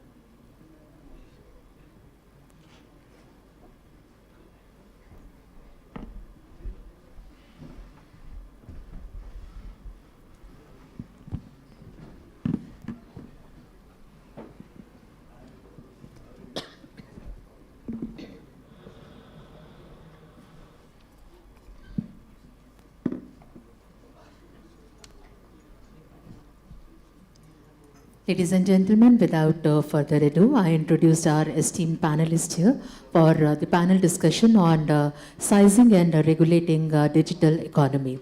To chair this panel discussion, we have the honorable presence of Padma Shri Dr. Deepak B. Phatak, Director, SKOCH Development Foundation and former Chairman, Board of Governors, IIT Indore. Sir, I welcome you and request you to kindly take your place on dais. Ladies and gentlemen, Padma Shri Dr. Deepak B. Phatak is a renowned person for his contribution to the fields of education and technology in India. Dr. Phatak has played a pivotal role in advancing technical education and research, and we are absolutely feeling honored and delighted to have his wonderful presence here. We also have the valuable presence of Dr. Jayjit Bhattacharya, founder and president, Center for Digital Economy Policy Research. So we welcome you. Ladies and gentlemen, with a deep expertise in technology and sustainability, his work span areas such as digital economy, data governance, cybersecurity, and integration of emerging technologies into public policy. So we welcome you. Ladies and gentlemen, we also have Dr. Suranjali Tandon, Associate Professor, NIPFP, amongst us. Ma'am, we welcome you. Dr. Tandon has made significant contributions to research and policy discussion. Her work focuses on the intersection of economic theory, government policy, and real-world applications, particularly in the context of public finance reforms and fiscal decentralization. Ma'am, we welcome you. Thank you so much for joining us today. We also have the presence of Mr. Anil Bharadwaj, Secretary General, FISME.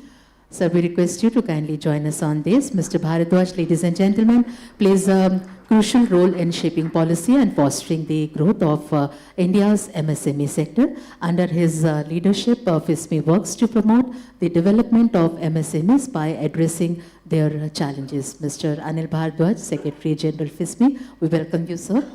We also have Mr. Jaspreet Singh, Clients and Markets Leader, Advisory Services, Grant Thornton Bharat LLP. So we welcome you, request you to kindly be on the dais with us. His strategic guidance, ladies and gentlemen, has proven instrumental in helping organizations embrace digital innovation while building robust security foundation, thus making him a sought-after voice in shaping the future of business technology. Last but definitely not the least, we invite Mr. Rohan Kochar, founder, SKOCH Law Offices, to kindly join us. Mr. Rohan Kochar, I request to kindly join us. Ladies and gentlemen, while we are waiting for Mr. Rohan, I request Samir Kochar, sir, Chairman. Okay. So we request you to kindly begin the panel discussion, sir. Kindly chair this discussion, sir. Thank you very much. It's a very interesting and useful panel, and I have stalwarts on the panel, so welcome the panelists as well. Without further ado, I thought you were reading law books. I was answering Major's call, I'm sorry. Yeah, I see. So welcome, Rohan. Welcome, everyone. So without any further ado, let's start with this important discussion on sizing and regulating digital economy. Actually, digital economy itself is a very vast this thing. Sizing itself, estimating things properly and developing matrices is not very easy. Regulating is another dimension altogether. But it is important to consider both. And I would begin by inviting Dr. Jayjit Bhattacharya, a very old friend of mine and a very wise person. So may I request you to make your remarks. I would, time control is not very difficult. I think we already know about, I would request that if you could limit yourselves to about 7 minutes. 7 minutes, okay. So that we'll have some buffer time for questions. Sure. But within that, I'll just use 15 seconds to say that Dr. Phatak was a reviewer of my PhD thesis. And between him and me, it was the most widely traveled thesis.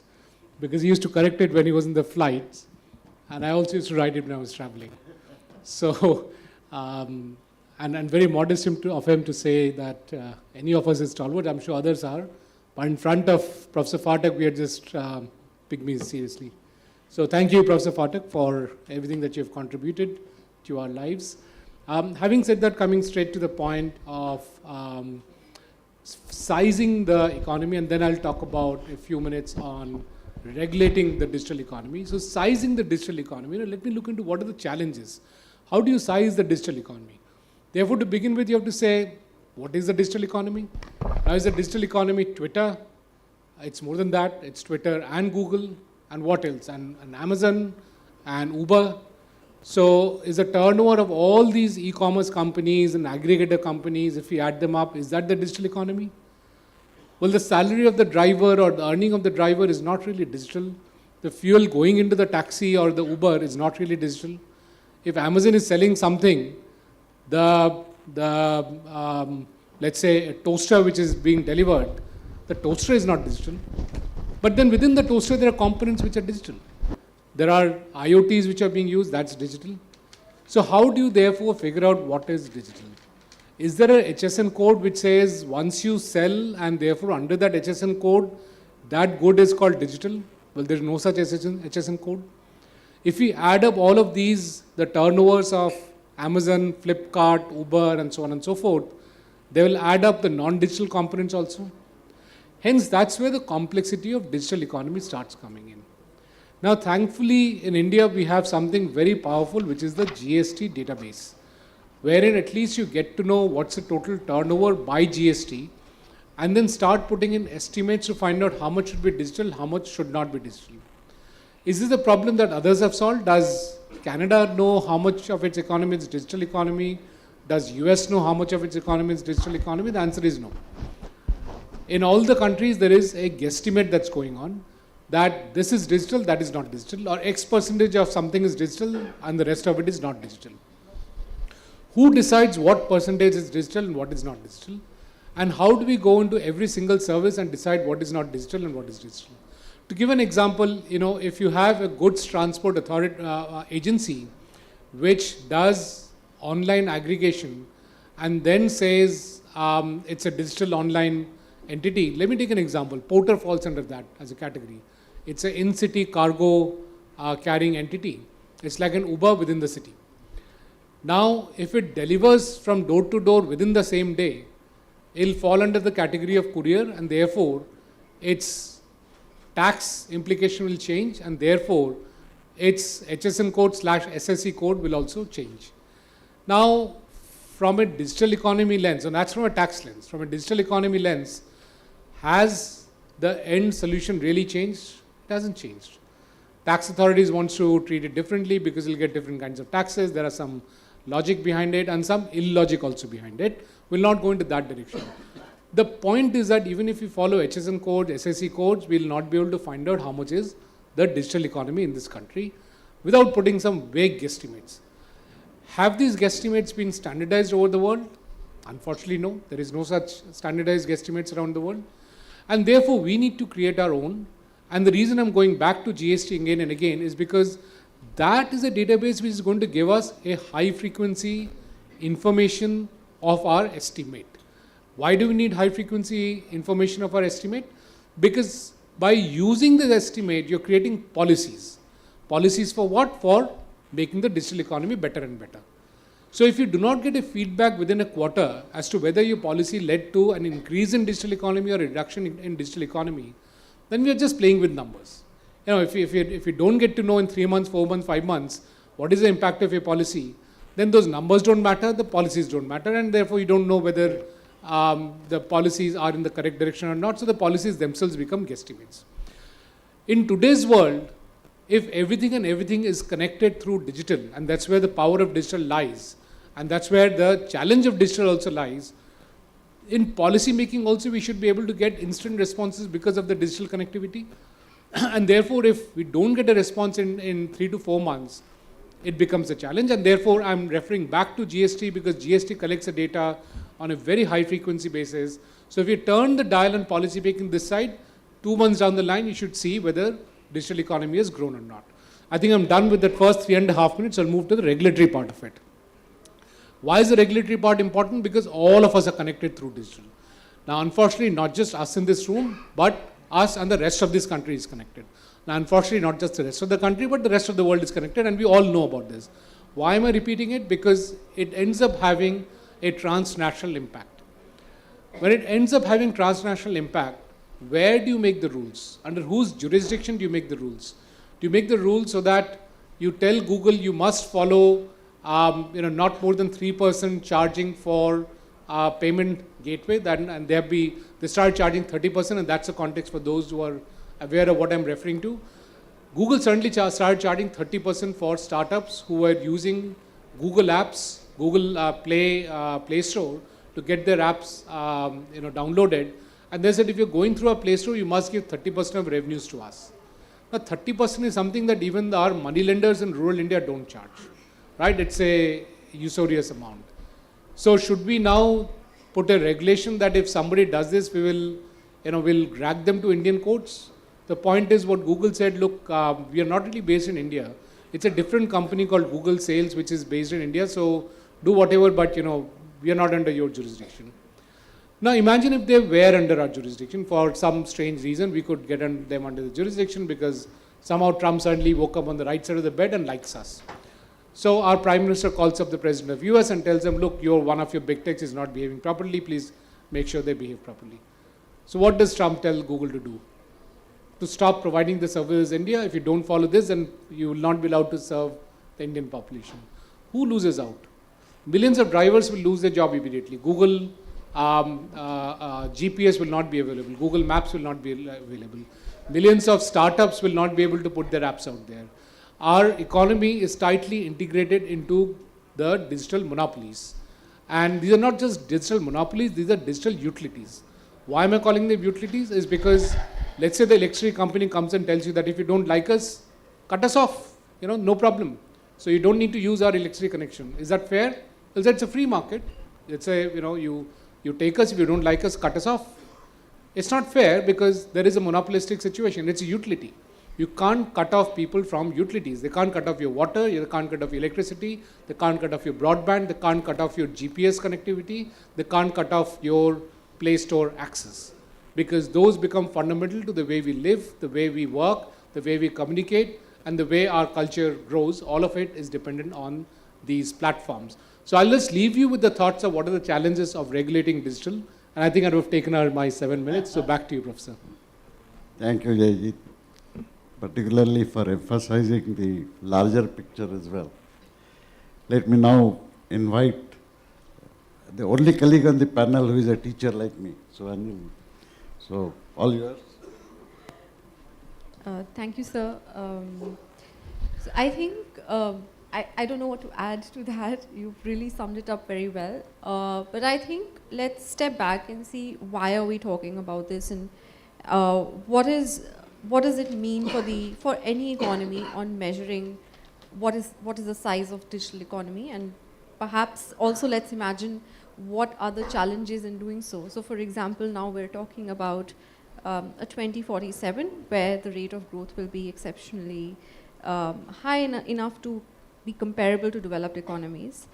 And for that, I think for every economy, and not just India, but I would say it's more important for India because it's one of the largest markets in the world. I think one of the biggest challenges is to say, what is the size of our digital economy? How do we measure it today? I think if you look at the national accounts, it will show up as your information, communications and technology segment, which is actually quite small in comparison to what we would imagine. So in terms of just statistics, Indians spend about 5 hours a day, average, on the internet, knowingly or subconsciously, in the sense that we're scrolling on our phones, we're providing data through the use of websites. And we use different kinds of websites. Now, the important part, again, is to look at how are we interacting with digital platforms. As was mentioned by the previous panelist, it's not sort of one size fits all kind of description of the digital economy. So you have the e-commerce platforms, where what is the value add of, let's say, an Amazon? It creates markets. It brings us closer to the seller, and we can choose who's selling at the best price. Now, what's the service there? The service there is that there's an additionality that you can go on a platform and purchase what you like. Then there is, we all use Uber. What is it again? It's a matching exercise, brings together providers of services with the users. And then we have more complicated models. For example, we all put our information up in the cloud. Then there is social media platforms where we put information out there as well as view information which is sort of sent back to us as suggestions, and this advertisement revenue generated from it. Now, what's the real challenge of measuring it? Well, you all will say, let's just take the revenues of Facebook, let's take the revenues of Amazon in India. One is that estimating these revenues is difficult, and precisely for the example that was given before, that let's say Google Sales is not showing up as an entity. Google Sales is showing up as an entity in India, but what Google may do above and beyond that is not being reported at all in India. It's perhaps being reported in Ireland. That's one part of the problem. I think the second is, what is the value add? And what we've seen is that there are economists around the world who are trying to do this. They suggest that why don't we value what users think of information provided by or services provided by Facebook. One is, how do you value finding your friend from 10 years ago on a platform, right? So what is the value of that? There have been experiments where they tell the user that, would you like to pay $1 for using Facebook, or for not using Facebook? And that is their sort of reservation price. Well, what they see is that there's a wide dispersion. And if you were to multiply the price that people are willing to pay and multiply it by the number of users, it doesn't really add up to the revenues of Facebook or any other such platform. So what is the real value add? And this is not something new for digital economy. I think for those who've looked at national accounts for many, many years, we've had the problem of shadow work, in the sense when someone does work for free at home, how do you estimate it? So I think the valuation of these services itself opens up a big question, and all of this relates back to regulation. So again, the previous panelist has talked about cross-border issues. So let's start at the national level. One is, if I don't know what I'm valuing, how am I going to apply economic costs to this? So how is it I'm going to say that I'm going to apply taxes to this? GST could be relatively easier, direct taxes could be more complicated. We've seen that in cross-border for MNEs, we had the equalization levy, which was put in place and now is going to retreat and be removed. Then the other question to ask is, how big do we like our companies, right? So in many segments in India, we have large corporations that are concentrated. But for tech, these are particularly more. We've seen contentions being brought before Competition Commission of India. So how large do we want these to be? Then, what do we do with this data, right? How much of this you and I are allowed to own? And how is this shared? All of us sort of, I think, knee-jerk tick that I agree with terms and conditions. But we really don't know what happens after that. And perhaps a lot of us see that there are these references in our mailbox about things that we have viewed on other websites, and in a sense, it's happening non-transparently. So I think all of this requires an understanding of business models, which are adapting very fast, and of course, trying to understand how far do we want to go with regulation. I think the European Commission has been quite active in trying to do this. I wouldn't say we replicate in India, but at least should understand that sort of form of big picture thinking for the digital economy. So I'll stop there. Thank you. Interesting. Thank you, Suranjali. Frankly, after the point that she has put forward, I am more confused than what I was at the beginning of the session. But I think that's the whole point. The whole area is confusing about regulation. Let me pick up the thread from one size does not fit all that you mentioned, and go over to my friend Anil Bharadwaj, who represents perhaps a very very, very large community of micro, small and medium entrepreneurs. It appears to many that most of the rules and regulations are framed keeping in mind only the larger players, just as you mentioned.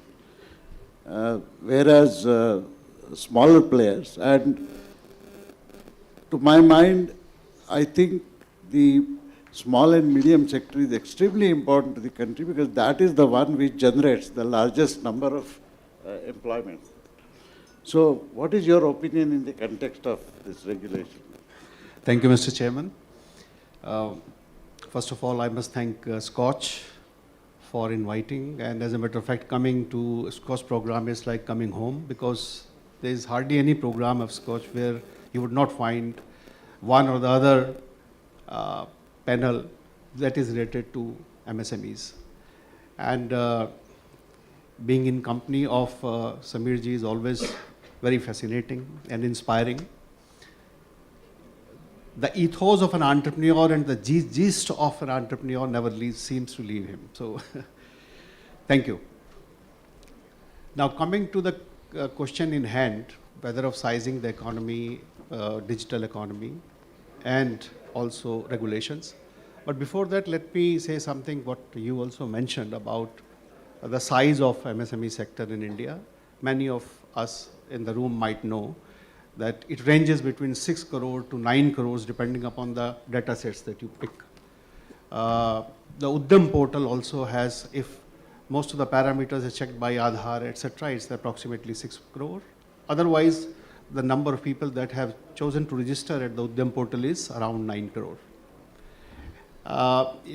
It approximately contributes to 30% of India's GDP. And of course, it is one of the largest employer, especially after agriculture. And it accounts for almost half of India's exports. As a matter of fact, you'd be surprised that it is not larger companies in India that are into exports, but it is primarily the small scale industries that are into exports. And they continue to face global competition. Coming to the sizing of digital economy, the first panelist present already mentioned that how tricky it is to size the digital economy. And enters MSME sector and it becomes trickier. Because almost 60% or so MSMEs operate informally. So it becomes very difficult to really come up with a credible number because they are out of the tax nets and they are also outside the network of the formal credit. The latest IFC data says that almost 67% of MSMEs are not really covered by the formal credit. So they do not leave a footprint either in the tax system or in the finance system. So it is very difficult to come up with a credible number. But still, we can have some estimate, as he rightly said, some guesstimates are there. And one of the major point is the digital payments. As a matter of fact, thanks to COVID, at least in one area, the digital adoption has really accelerated in the MSME space is in the payment system. So almost 70% of the MSMEs are currently covered by the digital payment system. That's one footprint that is there. But unfortunately, our databases, they continue to be in silos. So we have the largest number of database that is present in the Udyam portal, but it is not shared with it is not in the public domain. It is not shared with anybody. The second big data system is in the digital payment system. Again, access is not yet open to public. We were hoping that once GST comes, and especially after e-commerce, large number of MSMEs would join e-commerce platforms. But one regulation has really pinned, you can say, the balloon of hopes. Because problem is that a larger number of MSMEs which are very, very small in size, if their turnover is 40 lakh, they can continue to be outside the GST system.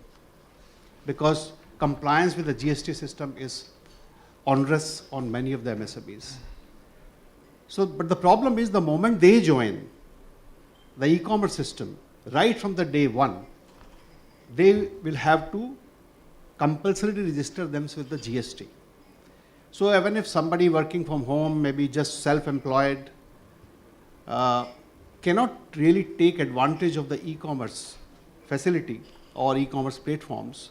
And let me tell you that digital economy offers MSMEs a lifeline for scale, because their wherewithal, their resources to serve customers outside, say 50, 60 kilometers away becomes very, very difficult. So e-commerce tried to break this barrier, but unfortunately because of the tax system, they also remained outside the tax net, and unfortunately we could not take advantage of various digital footprints that they might have left, and perhaps you would have known much better. Now coming to the regulatory part of it, especially in the context of the rules that we have of data protection that were in public domain recently, also can say has created a lot of concern in the MSME segment, starting from the complexity itself, and also keeping in view the inability or the competence of the MSMEs in meeting many of the expectations that these regulations are going to impose, and of course the compliance cost, etc. So I think increasingly it is going to increase the compliance burden on MSMEs, make life little more difficult, but we are not sure that what are going to be the benefits of these new rules. So far, the only hope that we have is that they have floated an idea of graded system, graded compliance. So maybe we hope that by the time the rules are notified, we will have lesser compliances for MSMEs than the rest of the larger companies. So I mean, otherwise, whether it is the larger platform, a multi-billion-dollar platform, or a small-scale company just having a turnover of a few crores, can't be really put to the same rigor of compliances. We hope that wisdom will see the day. Thank you. An important point that you make, that they will find compliance burden to be harder. Let me take this point further and request Jaspreet to, while he shares his points, I would like him to try and focus particularly on this issue, how do you build compliance systems for such people, and how do you build scalable compliance systems, if at all? Because that's a very important point going forward, I think. Thank you, SKOCH Group. Thank you, Sameer, sir. Last Monday, I got a call about 5 o'clock in the evening saying, there's a panel and, would you be interested? It's always an honor. And he said, I'll never forget those lines. He's saying, पढ़े लिखों की conference है, थोड़ी research कर लेना. So what is the first thing I do? I typed digital economy, and believe me, I think all the leading GPTs of the world are also confused. They pointed me to a completely new term called digital natives, right? Which are organizations that have digital business process and have digital in everything that they do. And when I started looking at examples, they were all over the place, right? Today, a traditional bank can be a financial services organization, but a digital natives first. E-commerce organization like Dr. Jayjeet mentioned is also a digital natives organization. And if I look at what's happening across the country, there are so many touch points where a lot of data points are getting collected, right? And individual compliances are very high, but nobody is sharing data amongst themselves.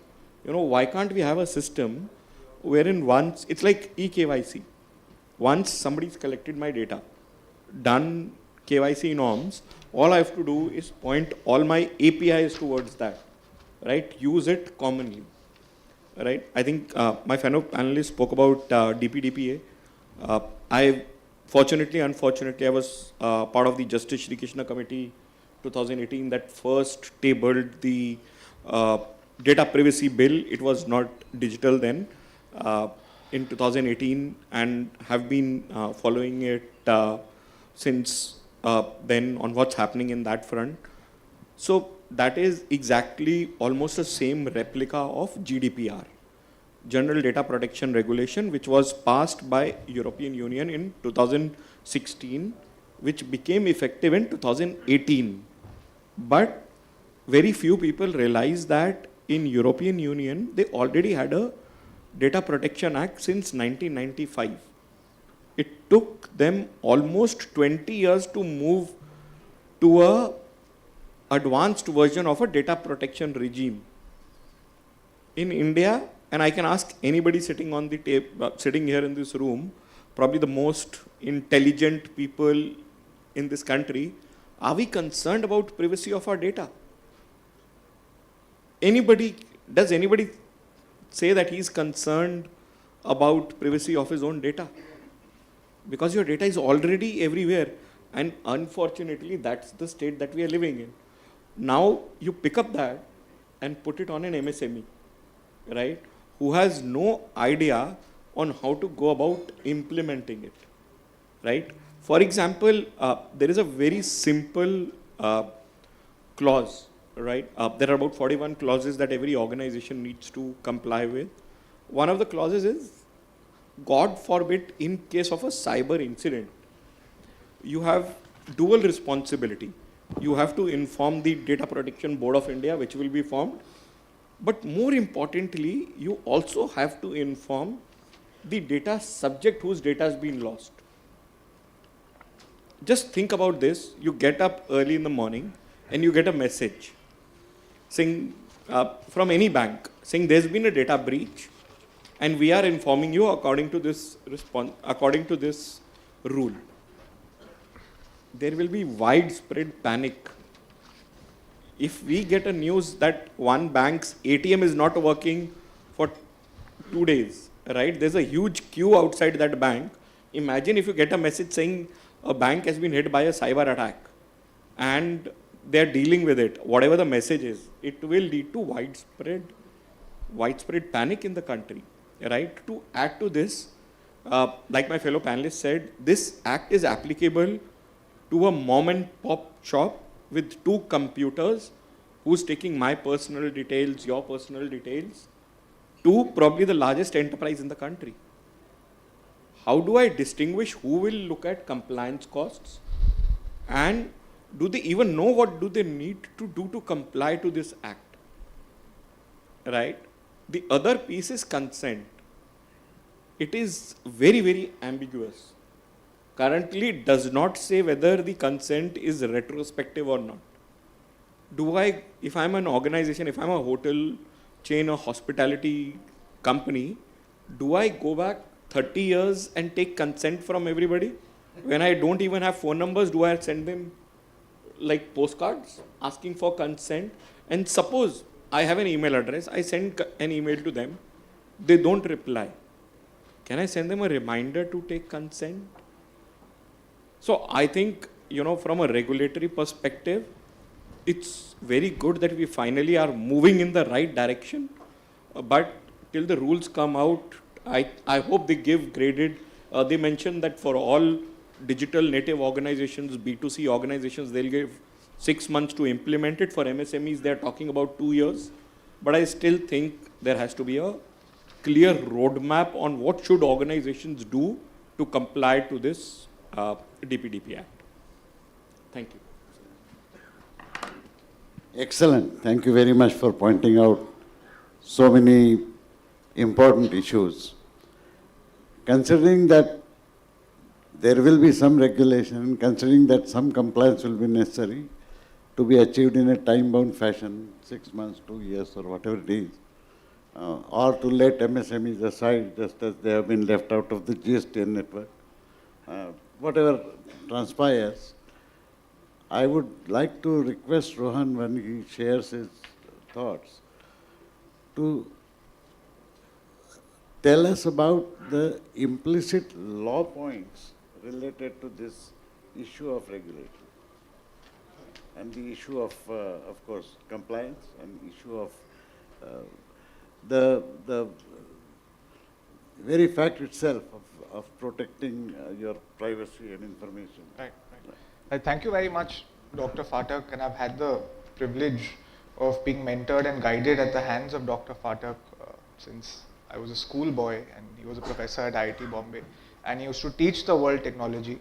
Let me just say that, well, you know, the law is complicated, and I agree with Dr. Bhattacharya when he says it's really difficult to size up the Indian economy, digital economy.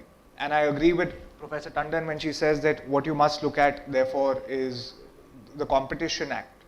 Well, you know, let's look at firms. Forget the digital economy. You look at the size of the firm has a balance sheet. You do a sigma of all firms in the market, and you see which firm has what kind of market share. But before we go into that, let's look at what the Constitution says. And where is data, where is the internet in the Constitution? The Union List, which is governed by the center, has entry 31, which grants the central government control over, and I quote, posts, telegraphs, telephones, wireless broadcasting and other forms of communication. Now this has been interpreted to include internet regulation, which allowed for the Information Technology Act 2000 and the subsequent rules, right? The state list has entry 1, public order. This allows state governments to ban the internet for the purposes of public order.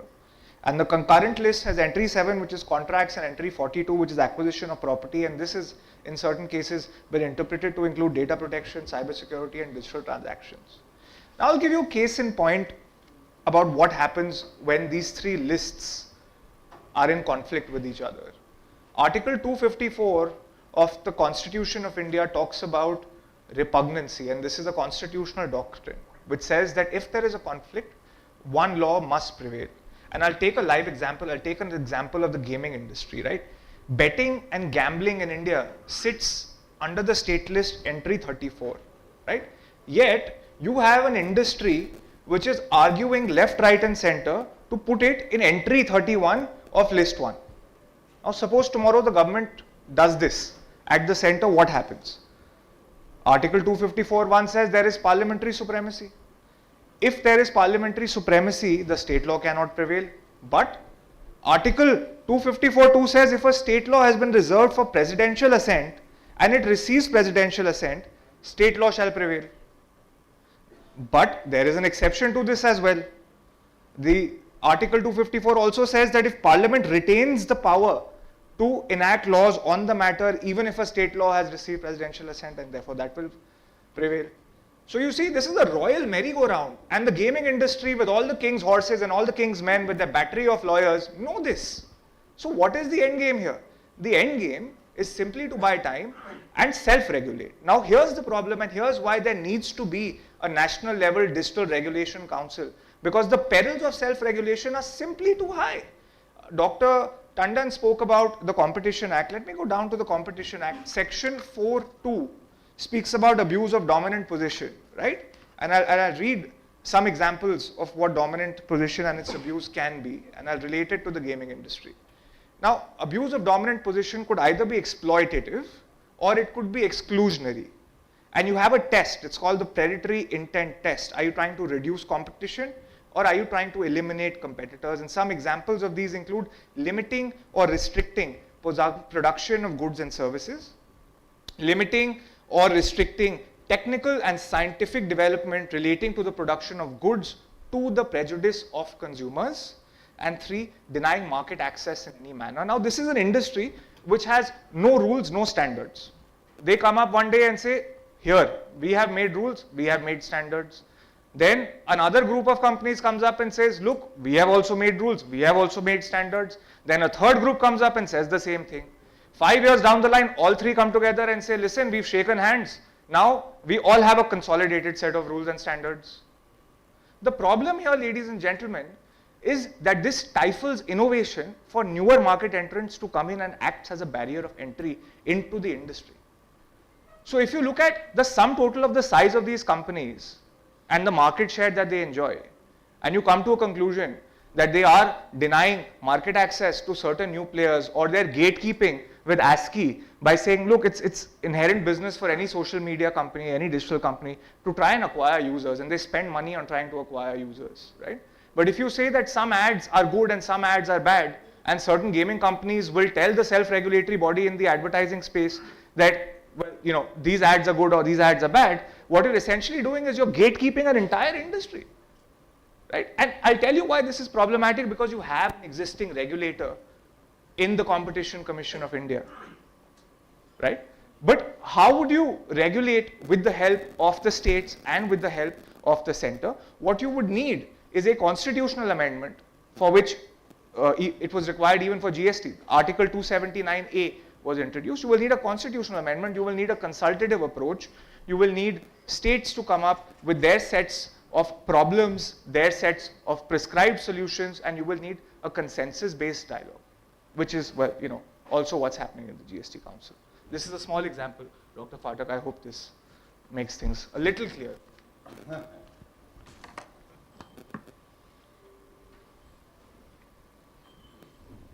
Very interesting set of points made. From the points which my colleagues have made, it appears to me that they somehow tend to believe that it is best to leave this issue without any regulation.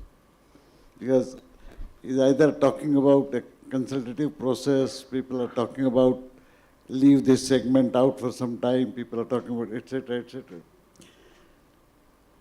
So let me add to the confusion from a point of view of data of small individuals and why its protection is vital, particularly in the context of the issues related to sovereignty of data. This is not hypothetical, this was a real question which was asked to me when there were, you know, the cloud establishment all over the world, and people were offering cloud facility in India, and they were encouraging people to engage with them. And the issue was financial sector, particularly banks, were very concerned about their data going anywhere else, or data getting lost, or data being asked for. And most of these global service providers, what they did was they set up their large cloud systems here in India. And they said now it is native.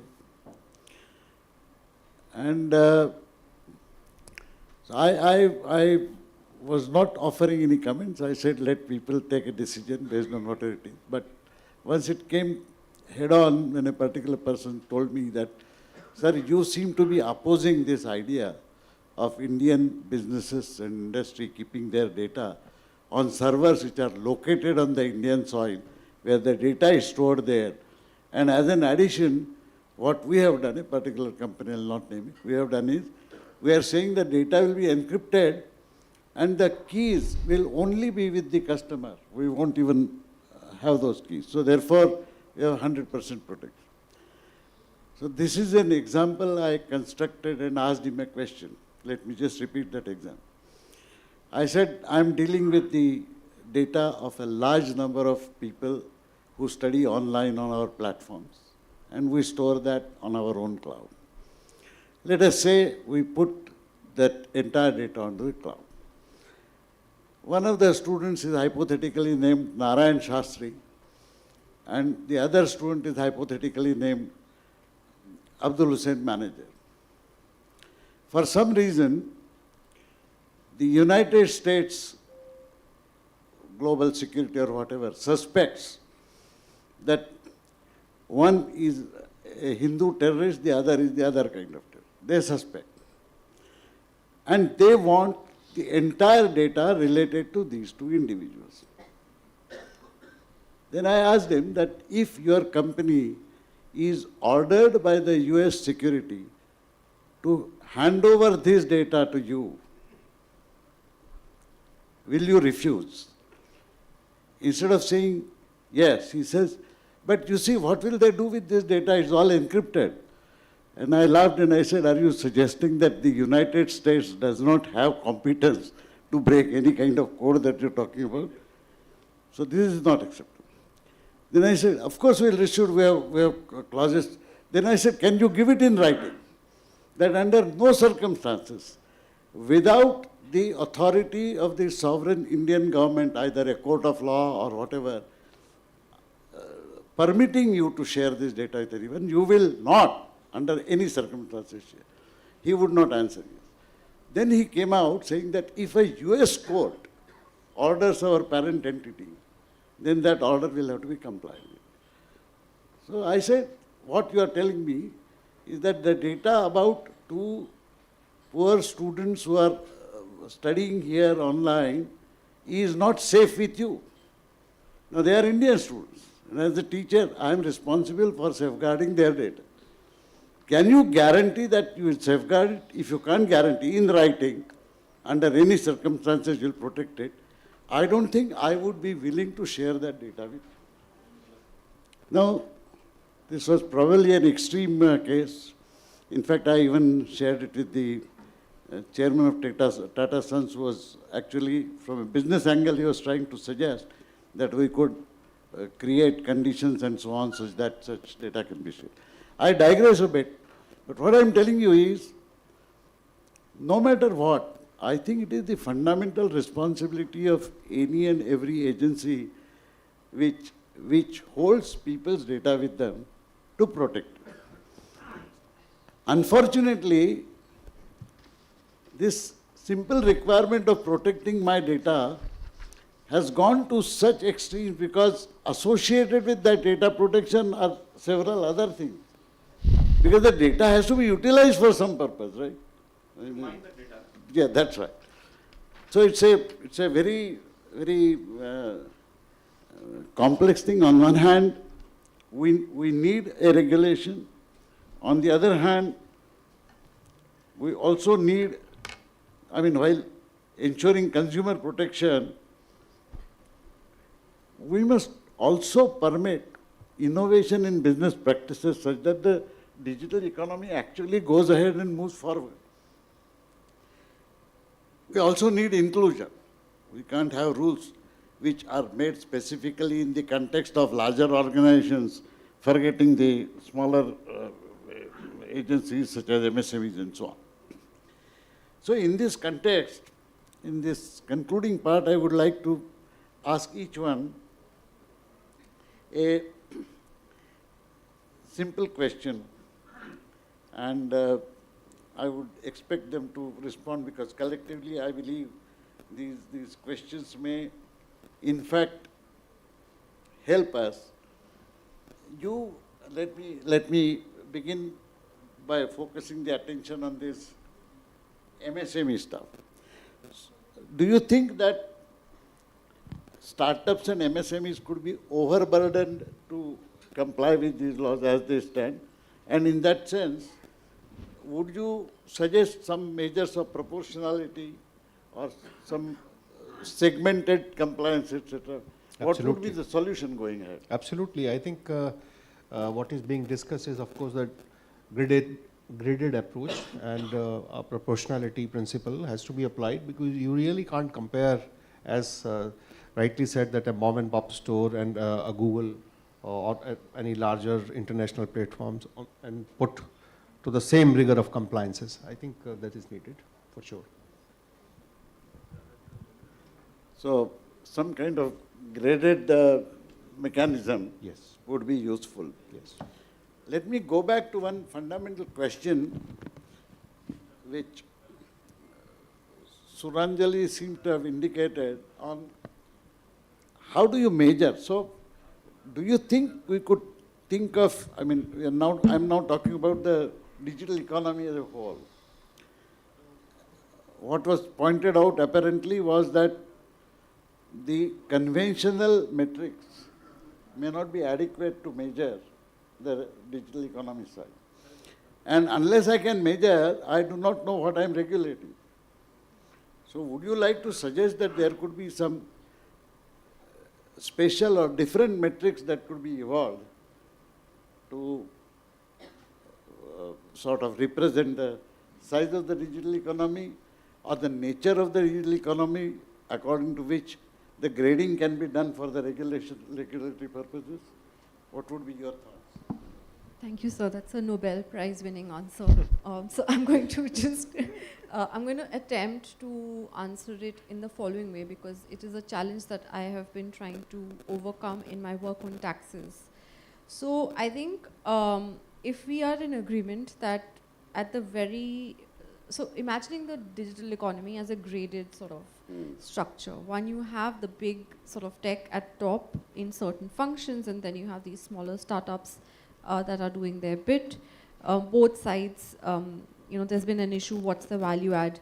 In startup, the question is how many people are employed. I think that question is also true for big tech, because there are sometimes duopolies or competing firms, and so people may be registered as agents on both.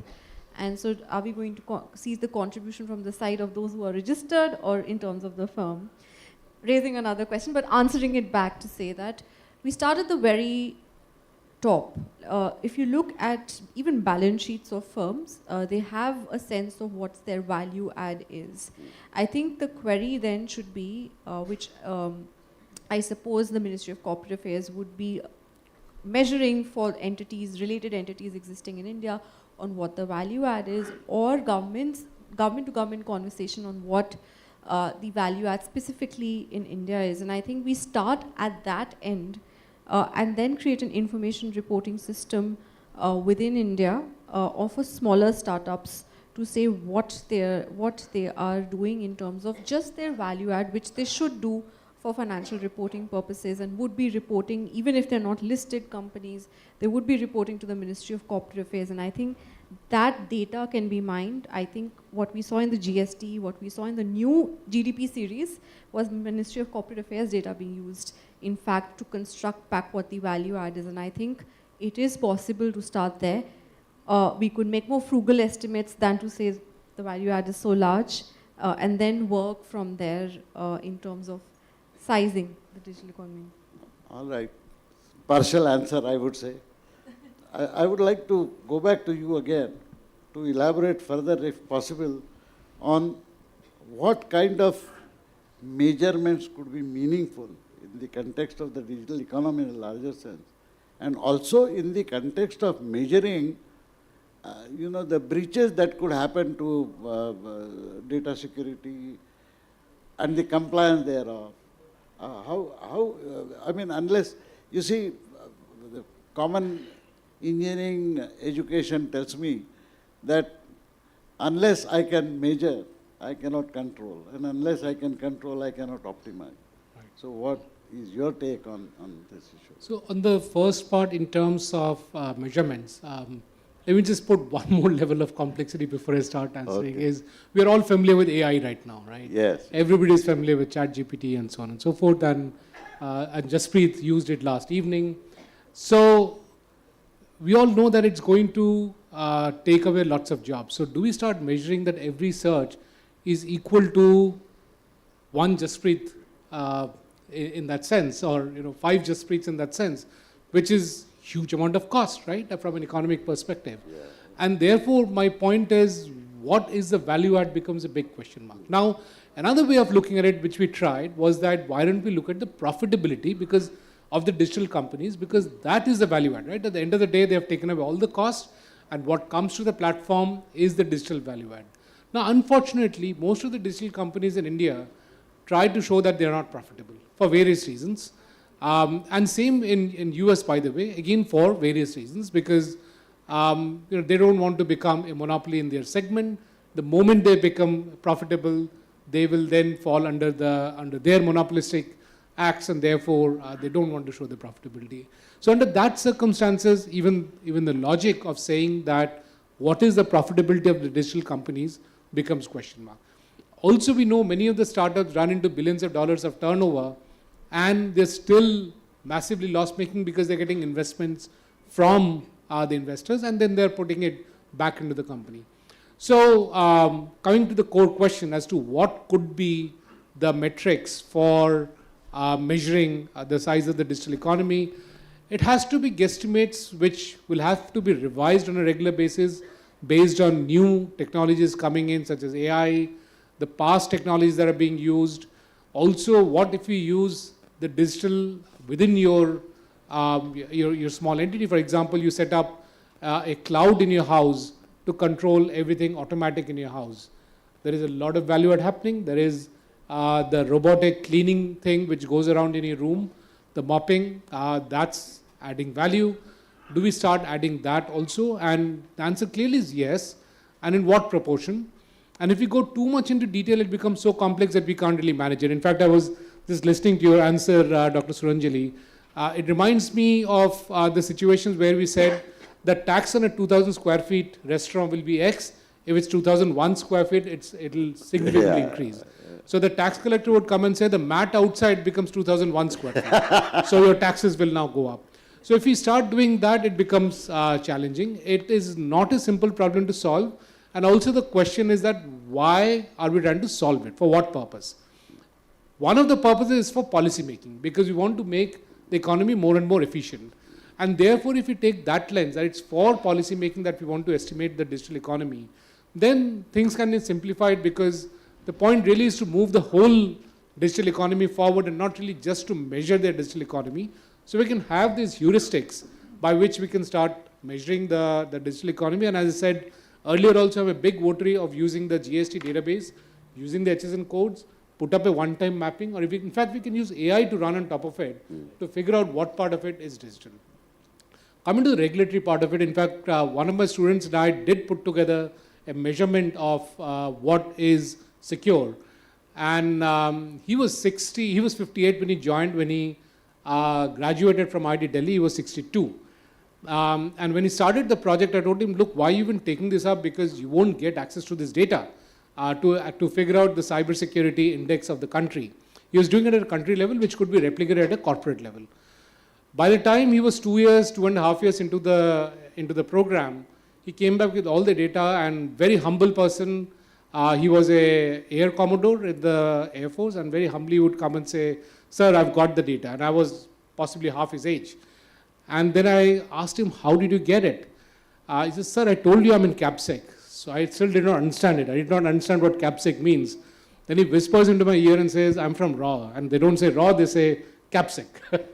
So now you have to have access to that kind of data to really measure what is the cyber security of the country. We did put up the index, and the idea was that it's a first cut index where we need to again continuously refine it, and as is true with anything else.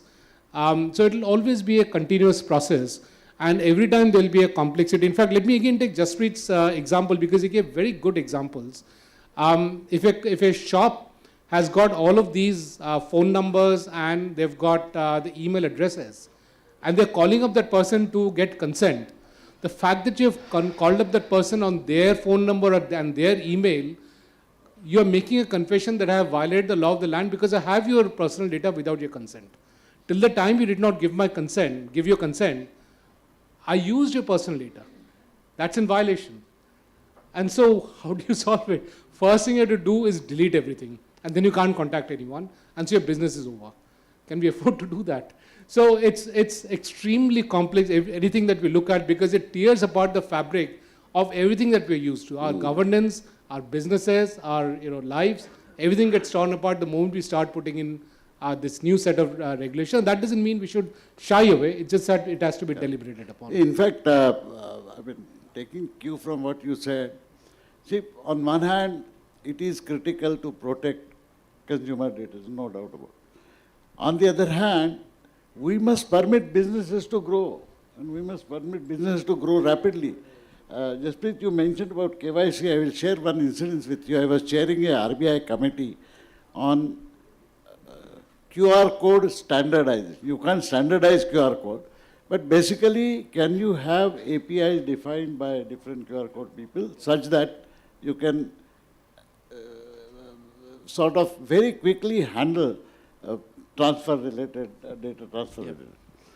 And there, when the discussion was going on, so the KYC point that you mentioned came up, because one of the aggregators said that we are onboarding a number of vendors, small vendors, Now they have bank accounts, and those bank accounts already for which they have done their KYC. So why that KYC cannot be considered? The other fellow said that if there is a dispute in the transaction, then this bank must honor and accept that the KYC is valid, even we are responsible therefore for this transaction. And the banker said, why would we do that? Why would we accept that responsibility? So the confusion was because people were not willing to accept accountability for something which they had already done, have accepted the accountability in one context, but they are not willing to extend that accountability. Why I am mentioning this is there will be a number of such small points which will have to be resolved. Look at. I think we are.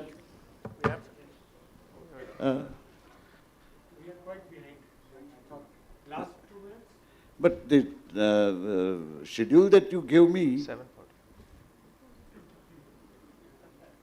We started half an hour early. We preponed it by half an hour. But you did not tell me that I have to finish half an hour early. Anyway. So I'll just conclude with the last question, Rohan. It appears very interesting to me that if we could have a consultative mechanism and where we could thrash out all the issues that have come out, perhaps that could be useful.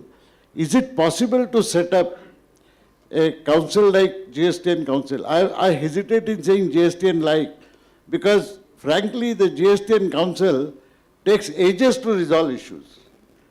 So that may not be a very good model because eventually then we will have very perfunctory or rudimentary regulations accepted by all, which may mean nothing. So is it feasible to have a meaningful... So I'll start where Dr. Bhattacharya left off. He said if you send someone an email and ask for their consent, you're admitting to breaking the law. And in the same breath, Dr. Bhattacharya said that startups suppress profitability on their books. Well, that is tax evasion.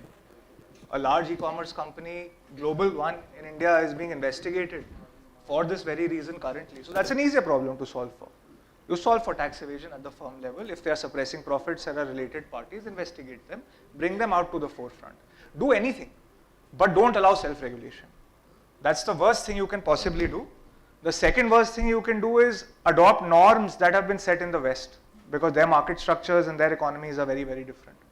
So therefore, the best case scenario is to have a regulation council, which is Indian, which is consultative, and which draws from Indian best practices. Now, GST Council, for all it may be worth, sir, is constitutionally an Indian best practice because the constitution was amended and such a structure was created. Operationally, it may have a lot of issues. Furthermore, I'd just like to say one thing to part with. The problem with self-regulation is conflict of interest. If the 6 of us on this panel get together and say, we'll decide the policy and we'll make it, what happens is we are doing it for a self-serving interest. We're not doing it for national interests. Look at what's happening in the gaming industry. Tamil Nadu has set up an online gaming authority. So recently, already gaming companies are litigating against it in the Madras High Court. But I don't think there is a proper comparison between gaming industry and this. Gaming industry is a completely different ballgame altogether. Here you touch the lives through data of every individual Indian, and that's a very, very large responsibility. So anyway, but you think that such a consultative council can indeed be set up and could be useful. Sir, we have precedent for it. And the same council could perhaps also suggest graded mechanism as has been pointed out for So MSME. I'll come back to that. So I don't think sizing and regulation are separate issues. I think regulation is a sizing issue. Now you see these large companies that process a lot of data by definition under the IT Act are significant social media intermediaries. And MSMEs by definition are MSMEs, they're micro, small and medium enterprises. So you clearly can't have the same regulation for both. So regulation is a sizing issue. Okay. I think with that we will conclude because they are looking at me with very stern faces. But I hope that at least I learned a lot in this discussion. So thank you very much all the panelists. for bringing out important points here. And I hope you also enjoyed this. Let us give a big thanks to all the panelists. Thank you. Thank you so much, Honorable Chair and our esteemed panelists for such valuable insight. I request you to kindly be here for a group photograph.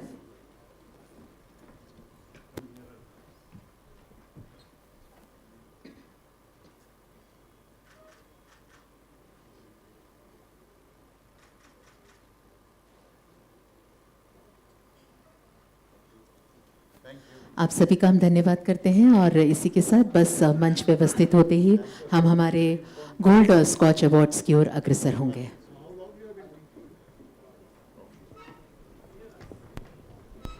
So this was a very interesting panel discussion, and since we cut it short, there was no summation. So I am grabbing this opportunity to say something. In this room I have got two advantages. The first advantage I have is I am the least educated. I am only class 12. And the second advantage I have is that I am the most blunt, as certified by Mr. Arun Jaitley, late Mr. Arun Jaitley. And in Hindi, my father used to say, कि घोड़ी नाल लगा रही थी, मेंढकी भी साथ में खड़ी हो गई. This DPDP Act is exactly that. India is not at that level of maturity where this kind of compliance can be imposed on the country. We've done a paper on that. We are likely to lose about 1.5% of GDP if this is made mandatory for MSMEs. So till such time we grow up, and then there is a very large period of transition, I would suggest that we should steer very well away from the DPDP Act. People who like it are the large companies, let them comply.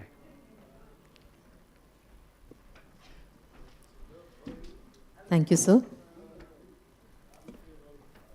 Sir, I request you to kindly stay with us as we are about to announce the Gold Scotch Award. I also request Dr. M. Ramachandran ji, Director STF and former Secretary Government of India, to kindly join us on this.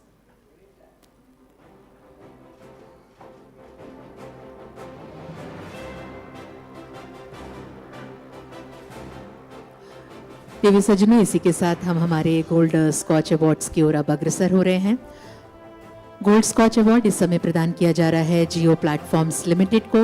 मैं mister Adityakar Jha, assistant vice president, से निवेदन करूंगी कि आप मंच पर आ जाएं. Ladies and gentleman, this is our gold scotch award goes to Jio platforms limited for their project Jio brain providing AI ML as service.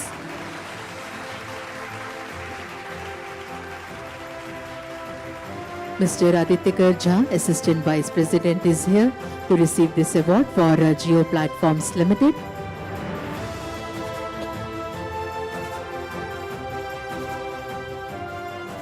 और इसी के साथ अगला गोल्ड स्कॉच अवार्ड प्रदान किया जा रहा है Maharashtra state road development corporation limited को.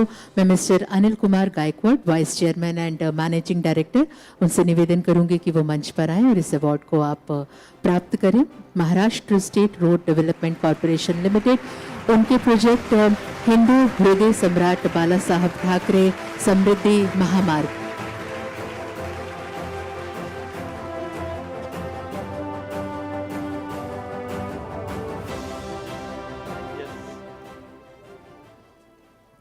Good evening, everybody. I am Anil Kumar Gaikwad, Vice Chairman and Managing Director of Maharashtra State Road Development Corporation. It's my great pleasure and privilege to receive this award for the construction of mega project of Government of Maharashtra, Hindu Hriday Samrat Bala Saheb Thakre Maharashtra Samruddhi Mahamarg. And this was the dream project of Honorable Chief Minister Devendraji Fadnavis, and his dream came true.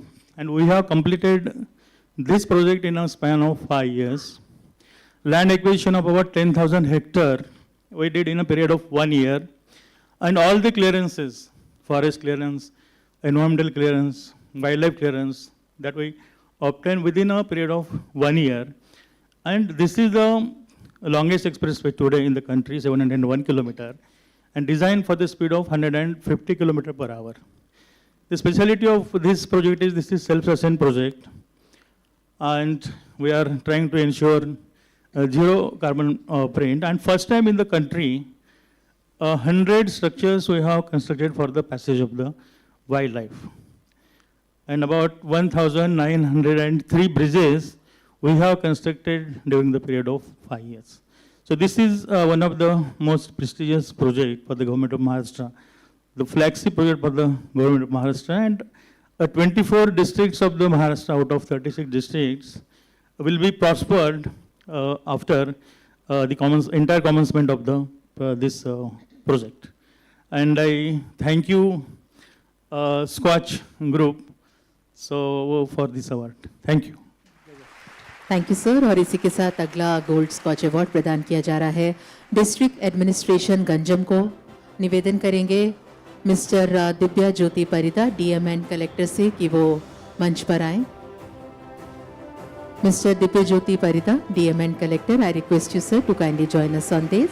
Ladies and gentleman, the gold scotch award goes to district administration Ganjam for their project निरिहायना।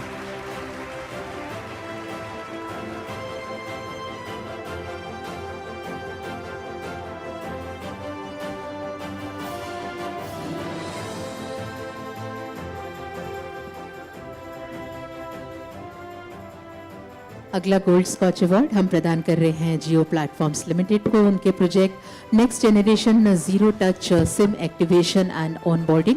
मैं निवेदन करूंगी mister Abhay Mohan, general manager से कि वो मंच पर आएं।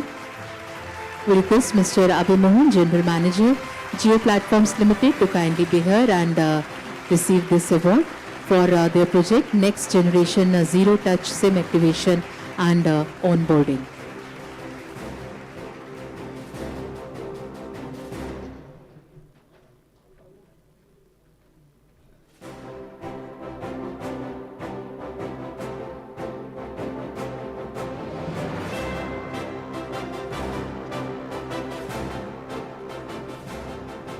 प्रेवियन सज्जनों, इसी के साथ department of land and land reforms and refugee relief and rehabilitation government of waste Bengal को गोल्ड स्कॉच अवार्ड प्रदान किया जाता है। मैं mister Vibhu Goyal, director of land records and service, से निवेदन करूंगी कि आप मंच पर आएं और इस अवार्ड को आप प्राप्त करें आपके project modern web based land services for citizen के लिए।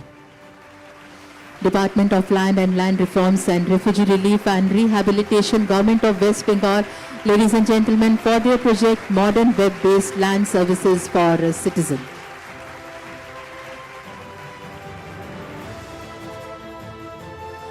अगला अवार्ड प्रदान किया जा रहा है integrated tribal development agency Utnur को। मैं मिसेस खुशबू गुप्ता, प्रोजेक्ट ऑफिसर, से निवेदन करूंगी कि वो मंच पर आएं। If we have the presence of Mrs. Khushbu Gupta, Project Officer, amongst us. Ladies and gentlemen, this is for Integrated Tribal Development Agency Utnur, our Gold Scotch Award for their project Girijan Poshan Mitra. Ladies and gentlemen, the team is here. Let's put our hands together for this wonderful team.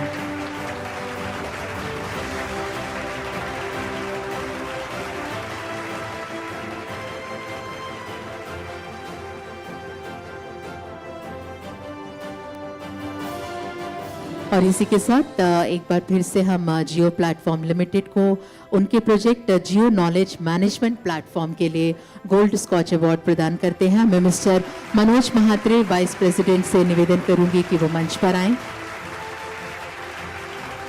Ladies and gentlemen, Mr. Manoj Mahatre, Vice President, is here to receive this award. This is our Gold Scotch Award for Geo Platforms Limited for Geo Knowledge Management Platform.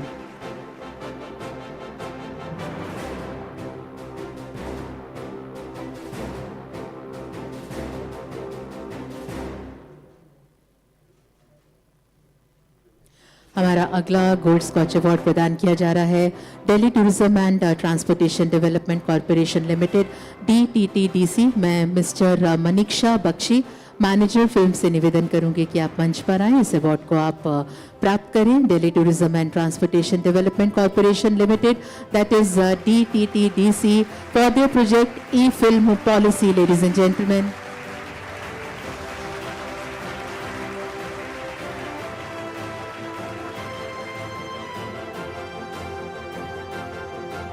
अग्रसर होते हैं हमारे अगले gold scotch award की तरफ, जो दिया जा रहा है भारत फ्रिट्स वर्नर को। मैं निवेदन करूंगी mister Vighnesh Karthik, assistant general manager AGM, कि आप मंच पर आएं और इस अवार्ड को आप प्राप्त करें। Ladies and gentleman, this is for Bharat फ्रिट्स Werner for their project Digital Operations Management System, IMES. Mr. Vignesh Karthik, Assistant General Manager, and one more gentleman is here to receive this award. This is for Bharat Fritz Werner. With this, I announce our next Gold Scotch Award, and it goes to Indian Oil Corporation Limited. Mister Nikhil Deep Mathur, executive director, से हम निवेदन करेंगे कि आप मंच पर आएं। Gold scotch award we are giving to Indian oil corporation limited for their project extra power fleet card prepaid cum loyalty programme. Mister Nikhil Deep Mathur, executive director, and the team is here to receive this award for Indian Oil Corporation Limited for extra power fleet card prepaid cum loyalty program.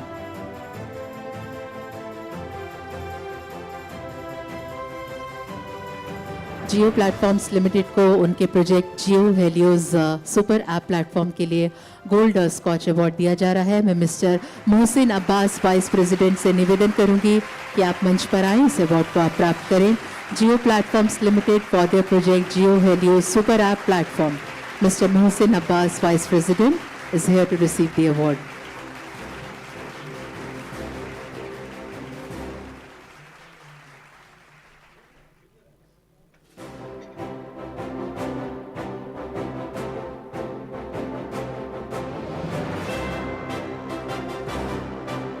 And with this, our Gold Scotch Award goes to NTR Memorial Trust. Mr. Balaji Adi Vishnu, CIO, उनसे निवेदन करेंगे कि आप मंच पर आएं और NTR Memorial Trust आपके ऑर्गेनाइजेशन के लिए आप गोल्ड स्कॉच अवार्ड प्राप्त करें आपके प्रोजेक्ट न्यूट्रीफुल के लिए। Ladies and gentlemen, let's put our hands together for NTR Memorial Trust.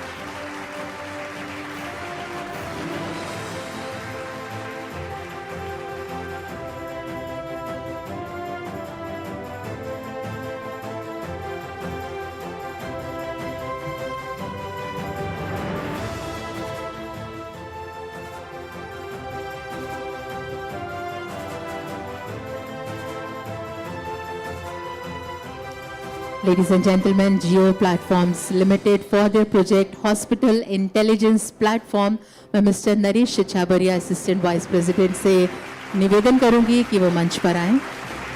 Mister Naresh Chhabria, assistant vice president, mister Naresh, we request you to kindly be on the dais. Jio Platforms Limited for their project Hospital Intelligence Platform.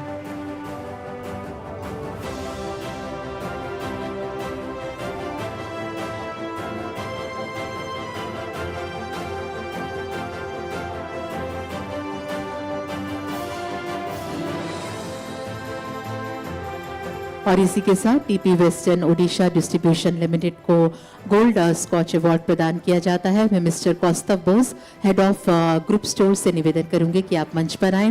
Ladies and gentleman, mister Kaustav Bose, head of group stores, with another gentleman on the stage to receive this award. TP western Odisha distribution limited के लिए उनके project creating magic out of mundane.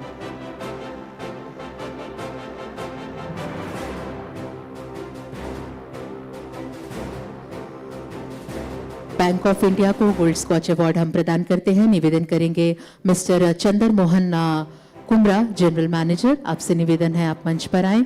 Mister Chander Mohan Kumra, this is for bank of India, ladies and gentleman, for their project retail banking.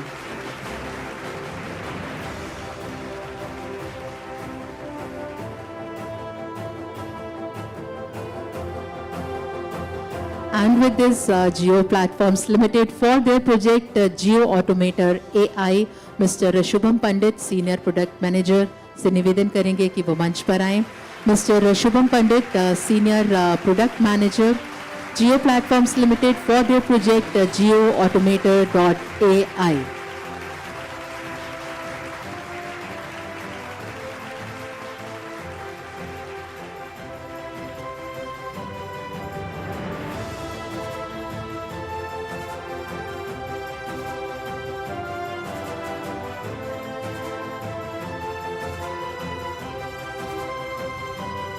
Previous सज्जनों, इसी के साथ हमारा अगला gold scotch award प्रदान किया जा रहा है यूको बैंक को। मैं निवेदन करूंगी mister Avinash Shukla, general manager digital, कि आप मंच पर पधारें। Mister Avinash Shukla, general manager digital. Ladies and gentlemen, our Gold Scotch Award for UCO Bank for their project UPI 123 payment system, facilitating payments through IVR.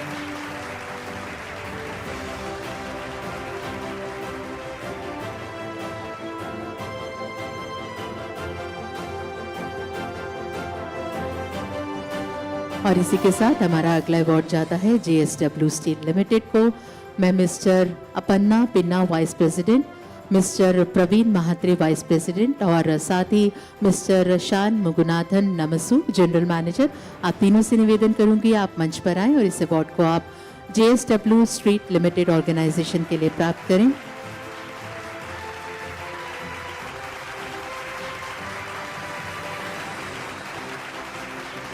Ladies and gentlemen, this is for Stop Low Gate Water Containment Tungabhadra Dam. JSW Steel Limited, the team is here to receive this award. Ladies and gentlemen, let's put our hands together. And indeed, they all are looking wonderful.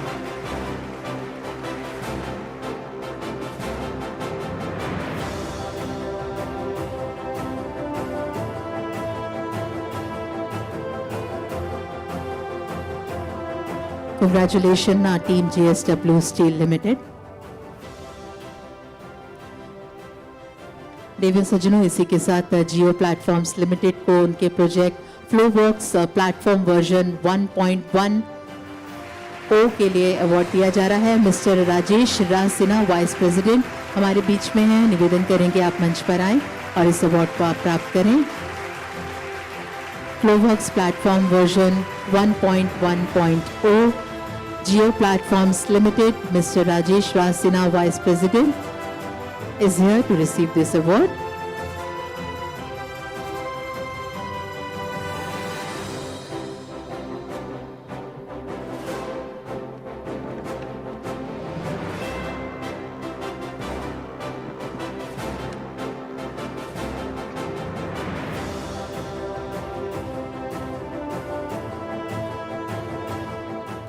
अगला gold scotch award प्रदान किया जा रहा है UCO bank को, उनके project merchant on boarding with merchant QR and sound box. मैं निवेदन करूंगी mister Avinash Shukla, general manager digital, कि आप मंच पर आएं और इस अवार्ड को आप प्राप्त करें। Ladies and gentlemen, this award is for UCO Bank, our Gold Scotch Award for their project Merchant Onboarding with Merchant QR and Sound Box.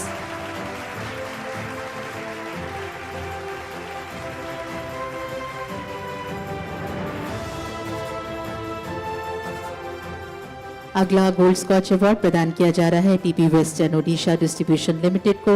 Mister Vishal Sharma head हमारे बीच में है, निवेदन करेंगे सर आप मंच पर आएं।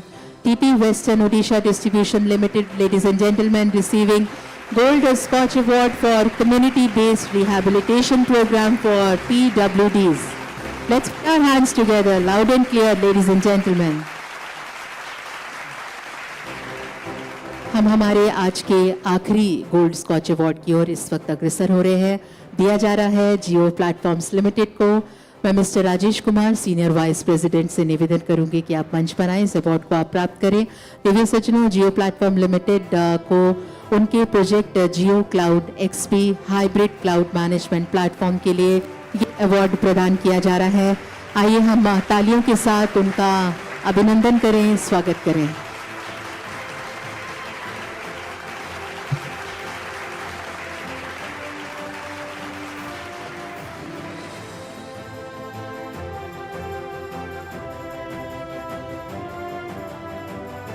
सभी अवार्डीज को हम एक बार दोबारा से पुनः बधाई देते हैं। Ladies and gentleman, with this we have reached to our valedictory session where we will be honoring exceptional contributions and achievements that inspire us to aim higher in the realm of financial empowerment. Before I announce the Scotch Economics Award, and celebrate some incredible accomplishment. I thank Samir Kocher sir for being here and doing the honors. Ladies and gentlemen, let's put our hands together for Samir sir.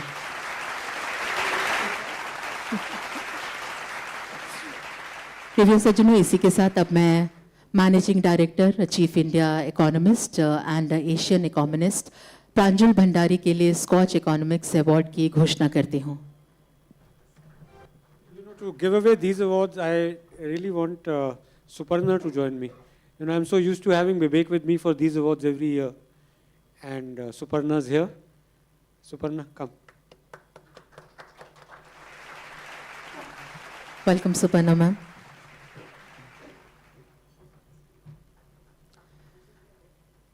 Ladies and gentlemen, Pranjal Bhandari, Managing Director, Chief India Economist and Asian Economist, HSBC and Advisor, 16th Finance Commission, a key influencer in India's monetary and fiscal policies.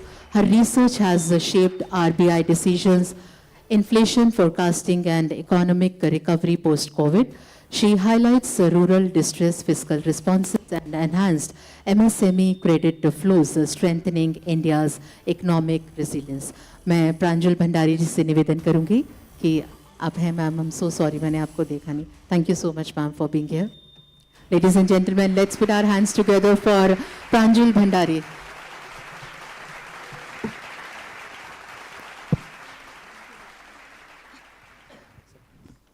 Okay, thank you very much for giving this to me. I must say I feel incredibly lucky in life that I do the work I love, which is work in financial markets and also do public policy, doing things for Government of India. It's an absolute honor, so thank you very much.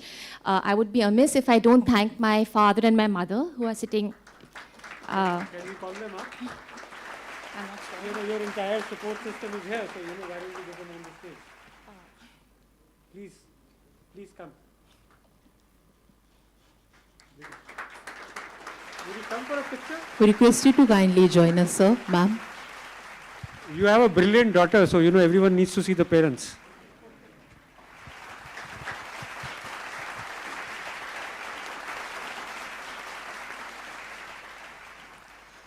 Ladies and gentlemen, Pranjal Bhandari had just received our very prestigious Scotch Economics Award here. Come, ma'am.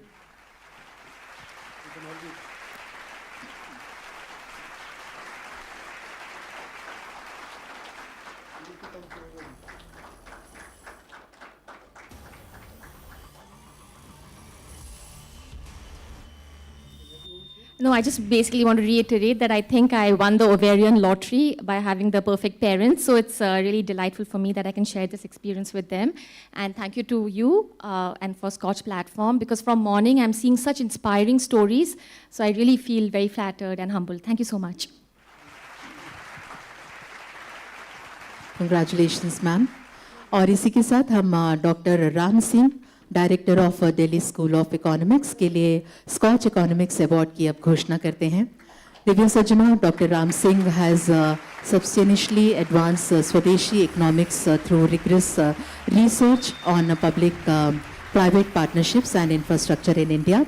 His analysis of cost overruns and project delays has enhanced resource efficiency, directly benefiting national economic growth.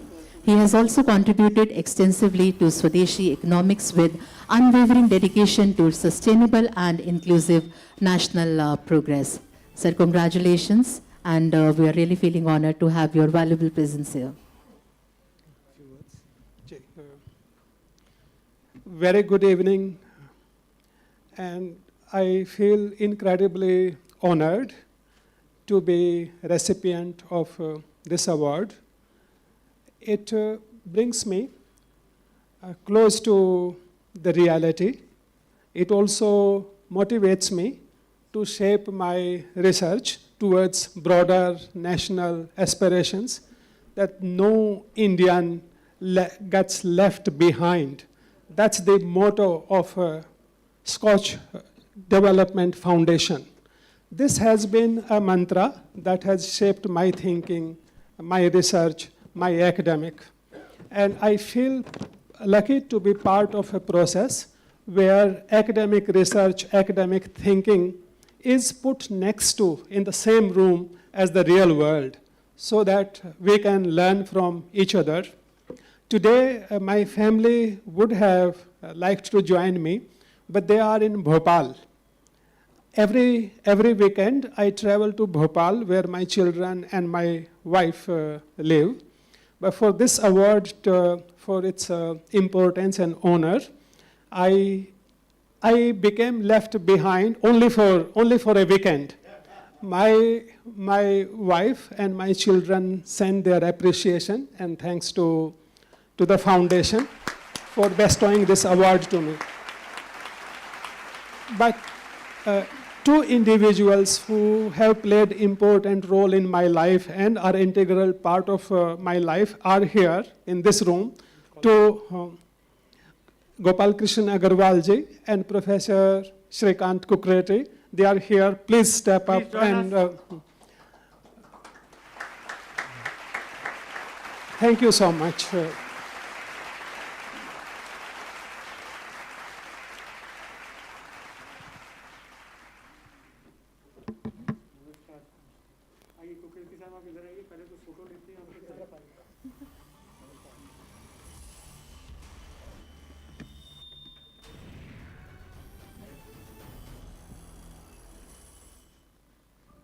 जी आप कुछ कहना चाहेंगे राम सिंह जी? मैं तो इतना कहना चाहता हूं कि ये रिकॉग्निशंस तो बहुत इसके लिए इनका अभिनंदन भी है, बधाई भी है। और जिस तरह से स्कॉच पूरा ये मैं कई वर्षों से समीर कोचर जी के संगठन से भी जुड़ा हुआ हूँ, कई कार्यक्रमों में भी दिया, जिस तरह से ये एनकरेज करते हैं इसके लिए भी इनका अभिनंदन।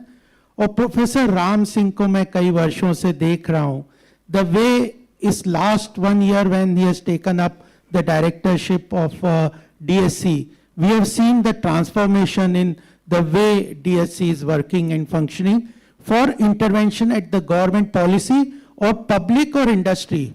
इन दोनों का जो गवर्नमेंट में इनपुट होना चाहिए, या for like on RBI MPC policy committee also he is member, तो जो इंडस्ट्री का और पब्लिक का जो इंटरवेंशन होना चाहिए गवर्नमेंट पॉलिसी में, उसके लिए he has immensely contributed and I must congratulate and आगे भी इनको बहुत बहुत शुभकामनाएं देता हूं इन सब कामों के लिए। धन्यवाद।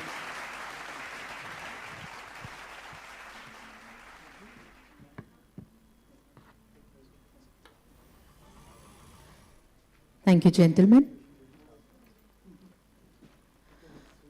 दिव्य सज्जनों, अब पब्लिक फाइनेंस के क्षेत्र में उत्कृष्ट योगदान के लिए स्कॉच इकोनॉमिक्स अवार्ड प्रदान किया जा रहा है VN आलोक जी को, professor Indian institute of public administration IIPA। उनसे निवेदन करते हैं कि वो मंच पर आएं। Ladies and gentlemen, VN Alok has made notable contributions to India's fiscal decentralization and public finance frameworks, significantly enhancing governance efficiency at local and state levels. He conceptualized and developed the devolution index, which has become instrumental in guiding central and state government toward establishing more transparent, equitable, and accountable financial governance practices. VN Alok is here to receive this award.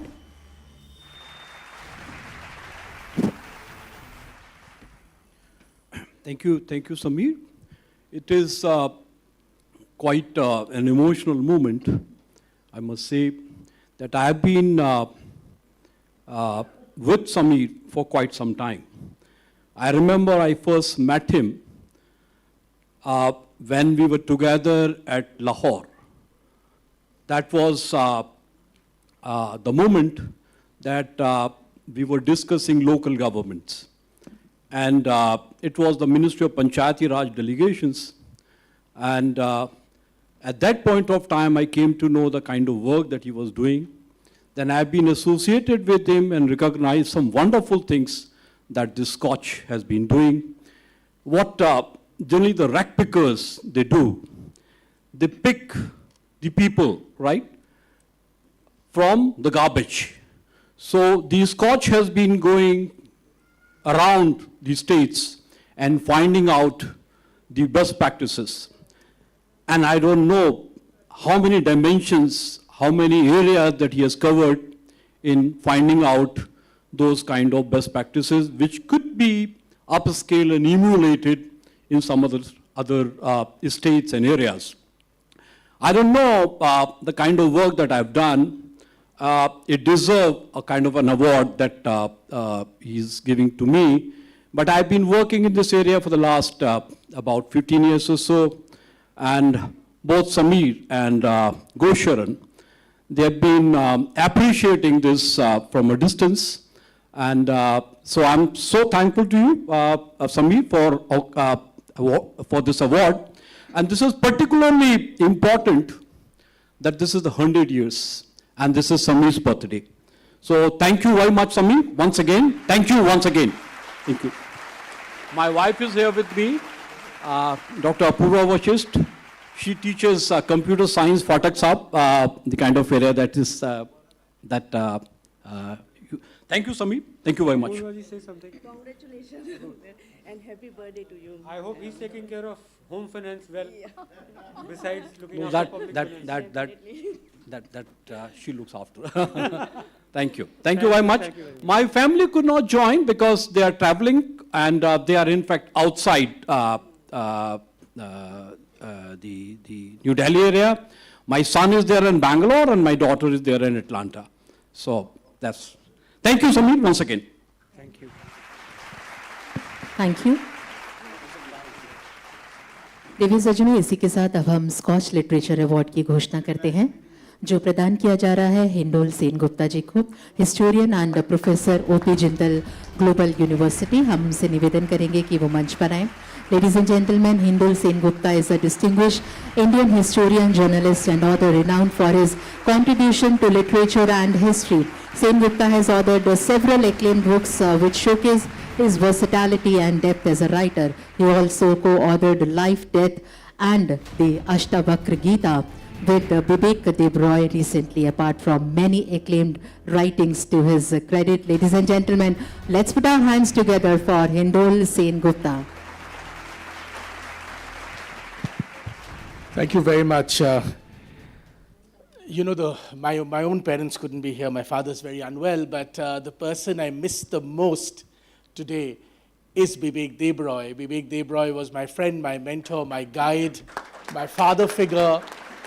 I was telling Shuparnadi that I chose to wear the clothes that I am wearing today because the last time I met Vivek to launch our book, these were the clothes I was wearing when the finance minister launched our book, Life, Death and the Ashtavakra Gita. And the last time I spoke to him, he said, well, who would have thought that life, death and the Ashtavakra Gita would impact me? And he was at hospital at that time. Vivek Debroy was an incredible man. He was every human being has a guru. To me, he was my guru in many, many ways. We both came from a long tradition of Bengalis who have valued more than anything else in our lives a life of letters, a life of knowledge.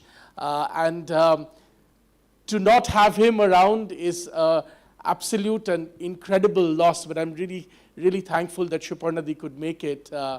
Thank you, Samir. This has been an incredible honor. Thank you so much. And thank you for all the incredible work that you do. Thank you. Thank you, sir. Ladies and gentlemen, our next special Scotch Award of the evening goes to Reliance Foundation for their exceptional and extraordinary service at Mahakumbh. And to receive this award, we have Mr. Rohit Bansal, Group Head of Corporate Communications at Reliance Industries among us. Ladies and gentlemen, following the week year philosophy under Tirth Yatri Seva, Reliance Foundation at Mahakumbh 2025 provided essential services like free meals, medical aid, transportation and safety measures to ensuring a safe pilgrimage experience, and it was transformative as more than 50 crore pilgrims were connected through enhanced geo network, consuming the largest number of hours and data without downtime. Undoubtedly, this makes one of the world's largest CSR initiative. Okay, so first, happy birthday. And I think it's not 100 years, but 100 summits. So good enough. We look forward to 100 years as well. And thank you. I was busy on my phone till this thing was announced because I'm trying to organize a tempo for all the awards that my friends at Geo Platforms have got. So, kaise le jayenge, main samajh nahi pa raha tha. Good. So thank you, Samir sir, and my former colleague in Network 18. I think it's his kindness that brought me close to Samir sir. And then he noticed a LinkedIn post on the work we had done at Mahakumbh. It was all things a caricature of all the activities in one page by the irrepressible Neelab Banerjee. And then he said, "Bhai, ye to hum samajhna chahte hain." So we sent him all the details. And so I think it's an eye for detail and the ability to understand who's making a difference and how, which is the secret of talent spotting. So thank you so much for fetting. And I think people are thanking their near and dear ones as they should. So I want to thank all of you because there's a bit of reliance in everyone. I think some of you would be carrying the Geo phone for the Geo connection. Hands up, please, those who use Geo. So, okay, and of course the retail and other things. So we take it on behalf of Reliance Foundation, which is the largest, single largest philanthropy in the country. We are proud to do so. What drives us is one line, which is what's good for India is good for Reliance. So thank you, Samir sir, for it. Rohit, why don't you briefly tell us about what happened? I'll tell you why this is important, because a lot of credit for Kumbh, it was, a magnificent project management, and a lot of credit has gone to the government institutions for doing that.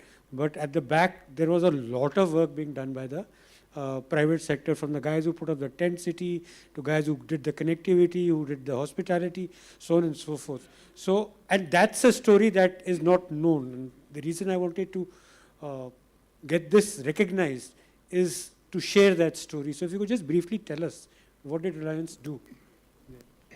So Reliance Foundation sort of rises to the occasion, whether there's a joyous situation in the country like Mahakumbh, or sometimes when there's a difficult situation staring us in different terrains of the country, as it is for such a large diverse population and climate zones and so on and so forth. So in this case, it was quite clear that at the bedrock is some of my colleagues in Geo Platforms who made sure that nobody sort of was left unconnected. और मैं भी जहाँ वहाँ गया, just lapse into some Hindi. जब मैं गया तो मैंने देखा कि पिछले कुंभ से इस कुंभ में एक बहुत बड़ा फर्क था. That hundreds and thousands of our countrymen were walking with all kinds of worldly assets and to live the next few days in the Mahakumbh, but they had a phone. And they would typically be looking at it और वो सबका कुंभ दर्शन करवा रहे थे इस तरह से. So जो कहते हैं हमारे यहाँ की बड़े बुजुर्गों को महाकुंभ का दर्शन कराना बहुत पुण्य का काम है. So I think somewhere the Geo folks were able to come into light, and the kind of connectivity and video connectivity India did, I think, is second to none. The digital India aspiration isn't just one, it is highest in the world on a daily basis, whether it's the IPL or the Champions League or the Mahakumbh. In every data analytics, we can see how Geo puts together things. And then, of course, hospital-related support systems and golf carts and of course, Campa Cola was there as well, helping people out, quench their thirst. So thank you so much for appreciating this, because but for you, it would probably have gone unnoticed. No, it was very important to note it. Thank you. Thank you, sir. And we are just left with one Gold Scotch Award. Here I announce this Gold Scotch Award for Integrated Tribal Development Agency, Utnur. Mrs. Khushbu Gupta, Project Officer, is here to receive this award. Mrs. Khushbu Gupta, I request you to kindly be here on the dais. This is for Integrated Tribal Development Agency, Utnur, ladies and gentlemen, for their project Girijan Poshan Mitra.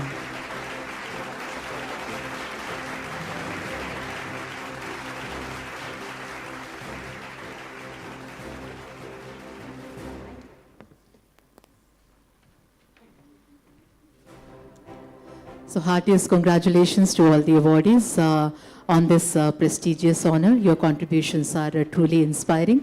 And with this, we conclude our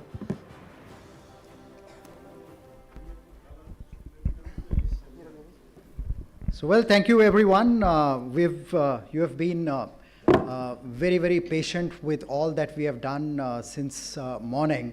Most of you joined in 4 o'clock onwards, have been part of this celebration wherein there's a mutual learning and sharing experience, and would like to take this further. So now to unwind, we are hitting the bar. It's open. There is dinner served downstairs. There is it's widest of spread that you can ever find, personally curated by Mr. Kocher, to mark the 29th of March as his birthday. So it's a treat to everyone.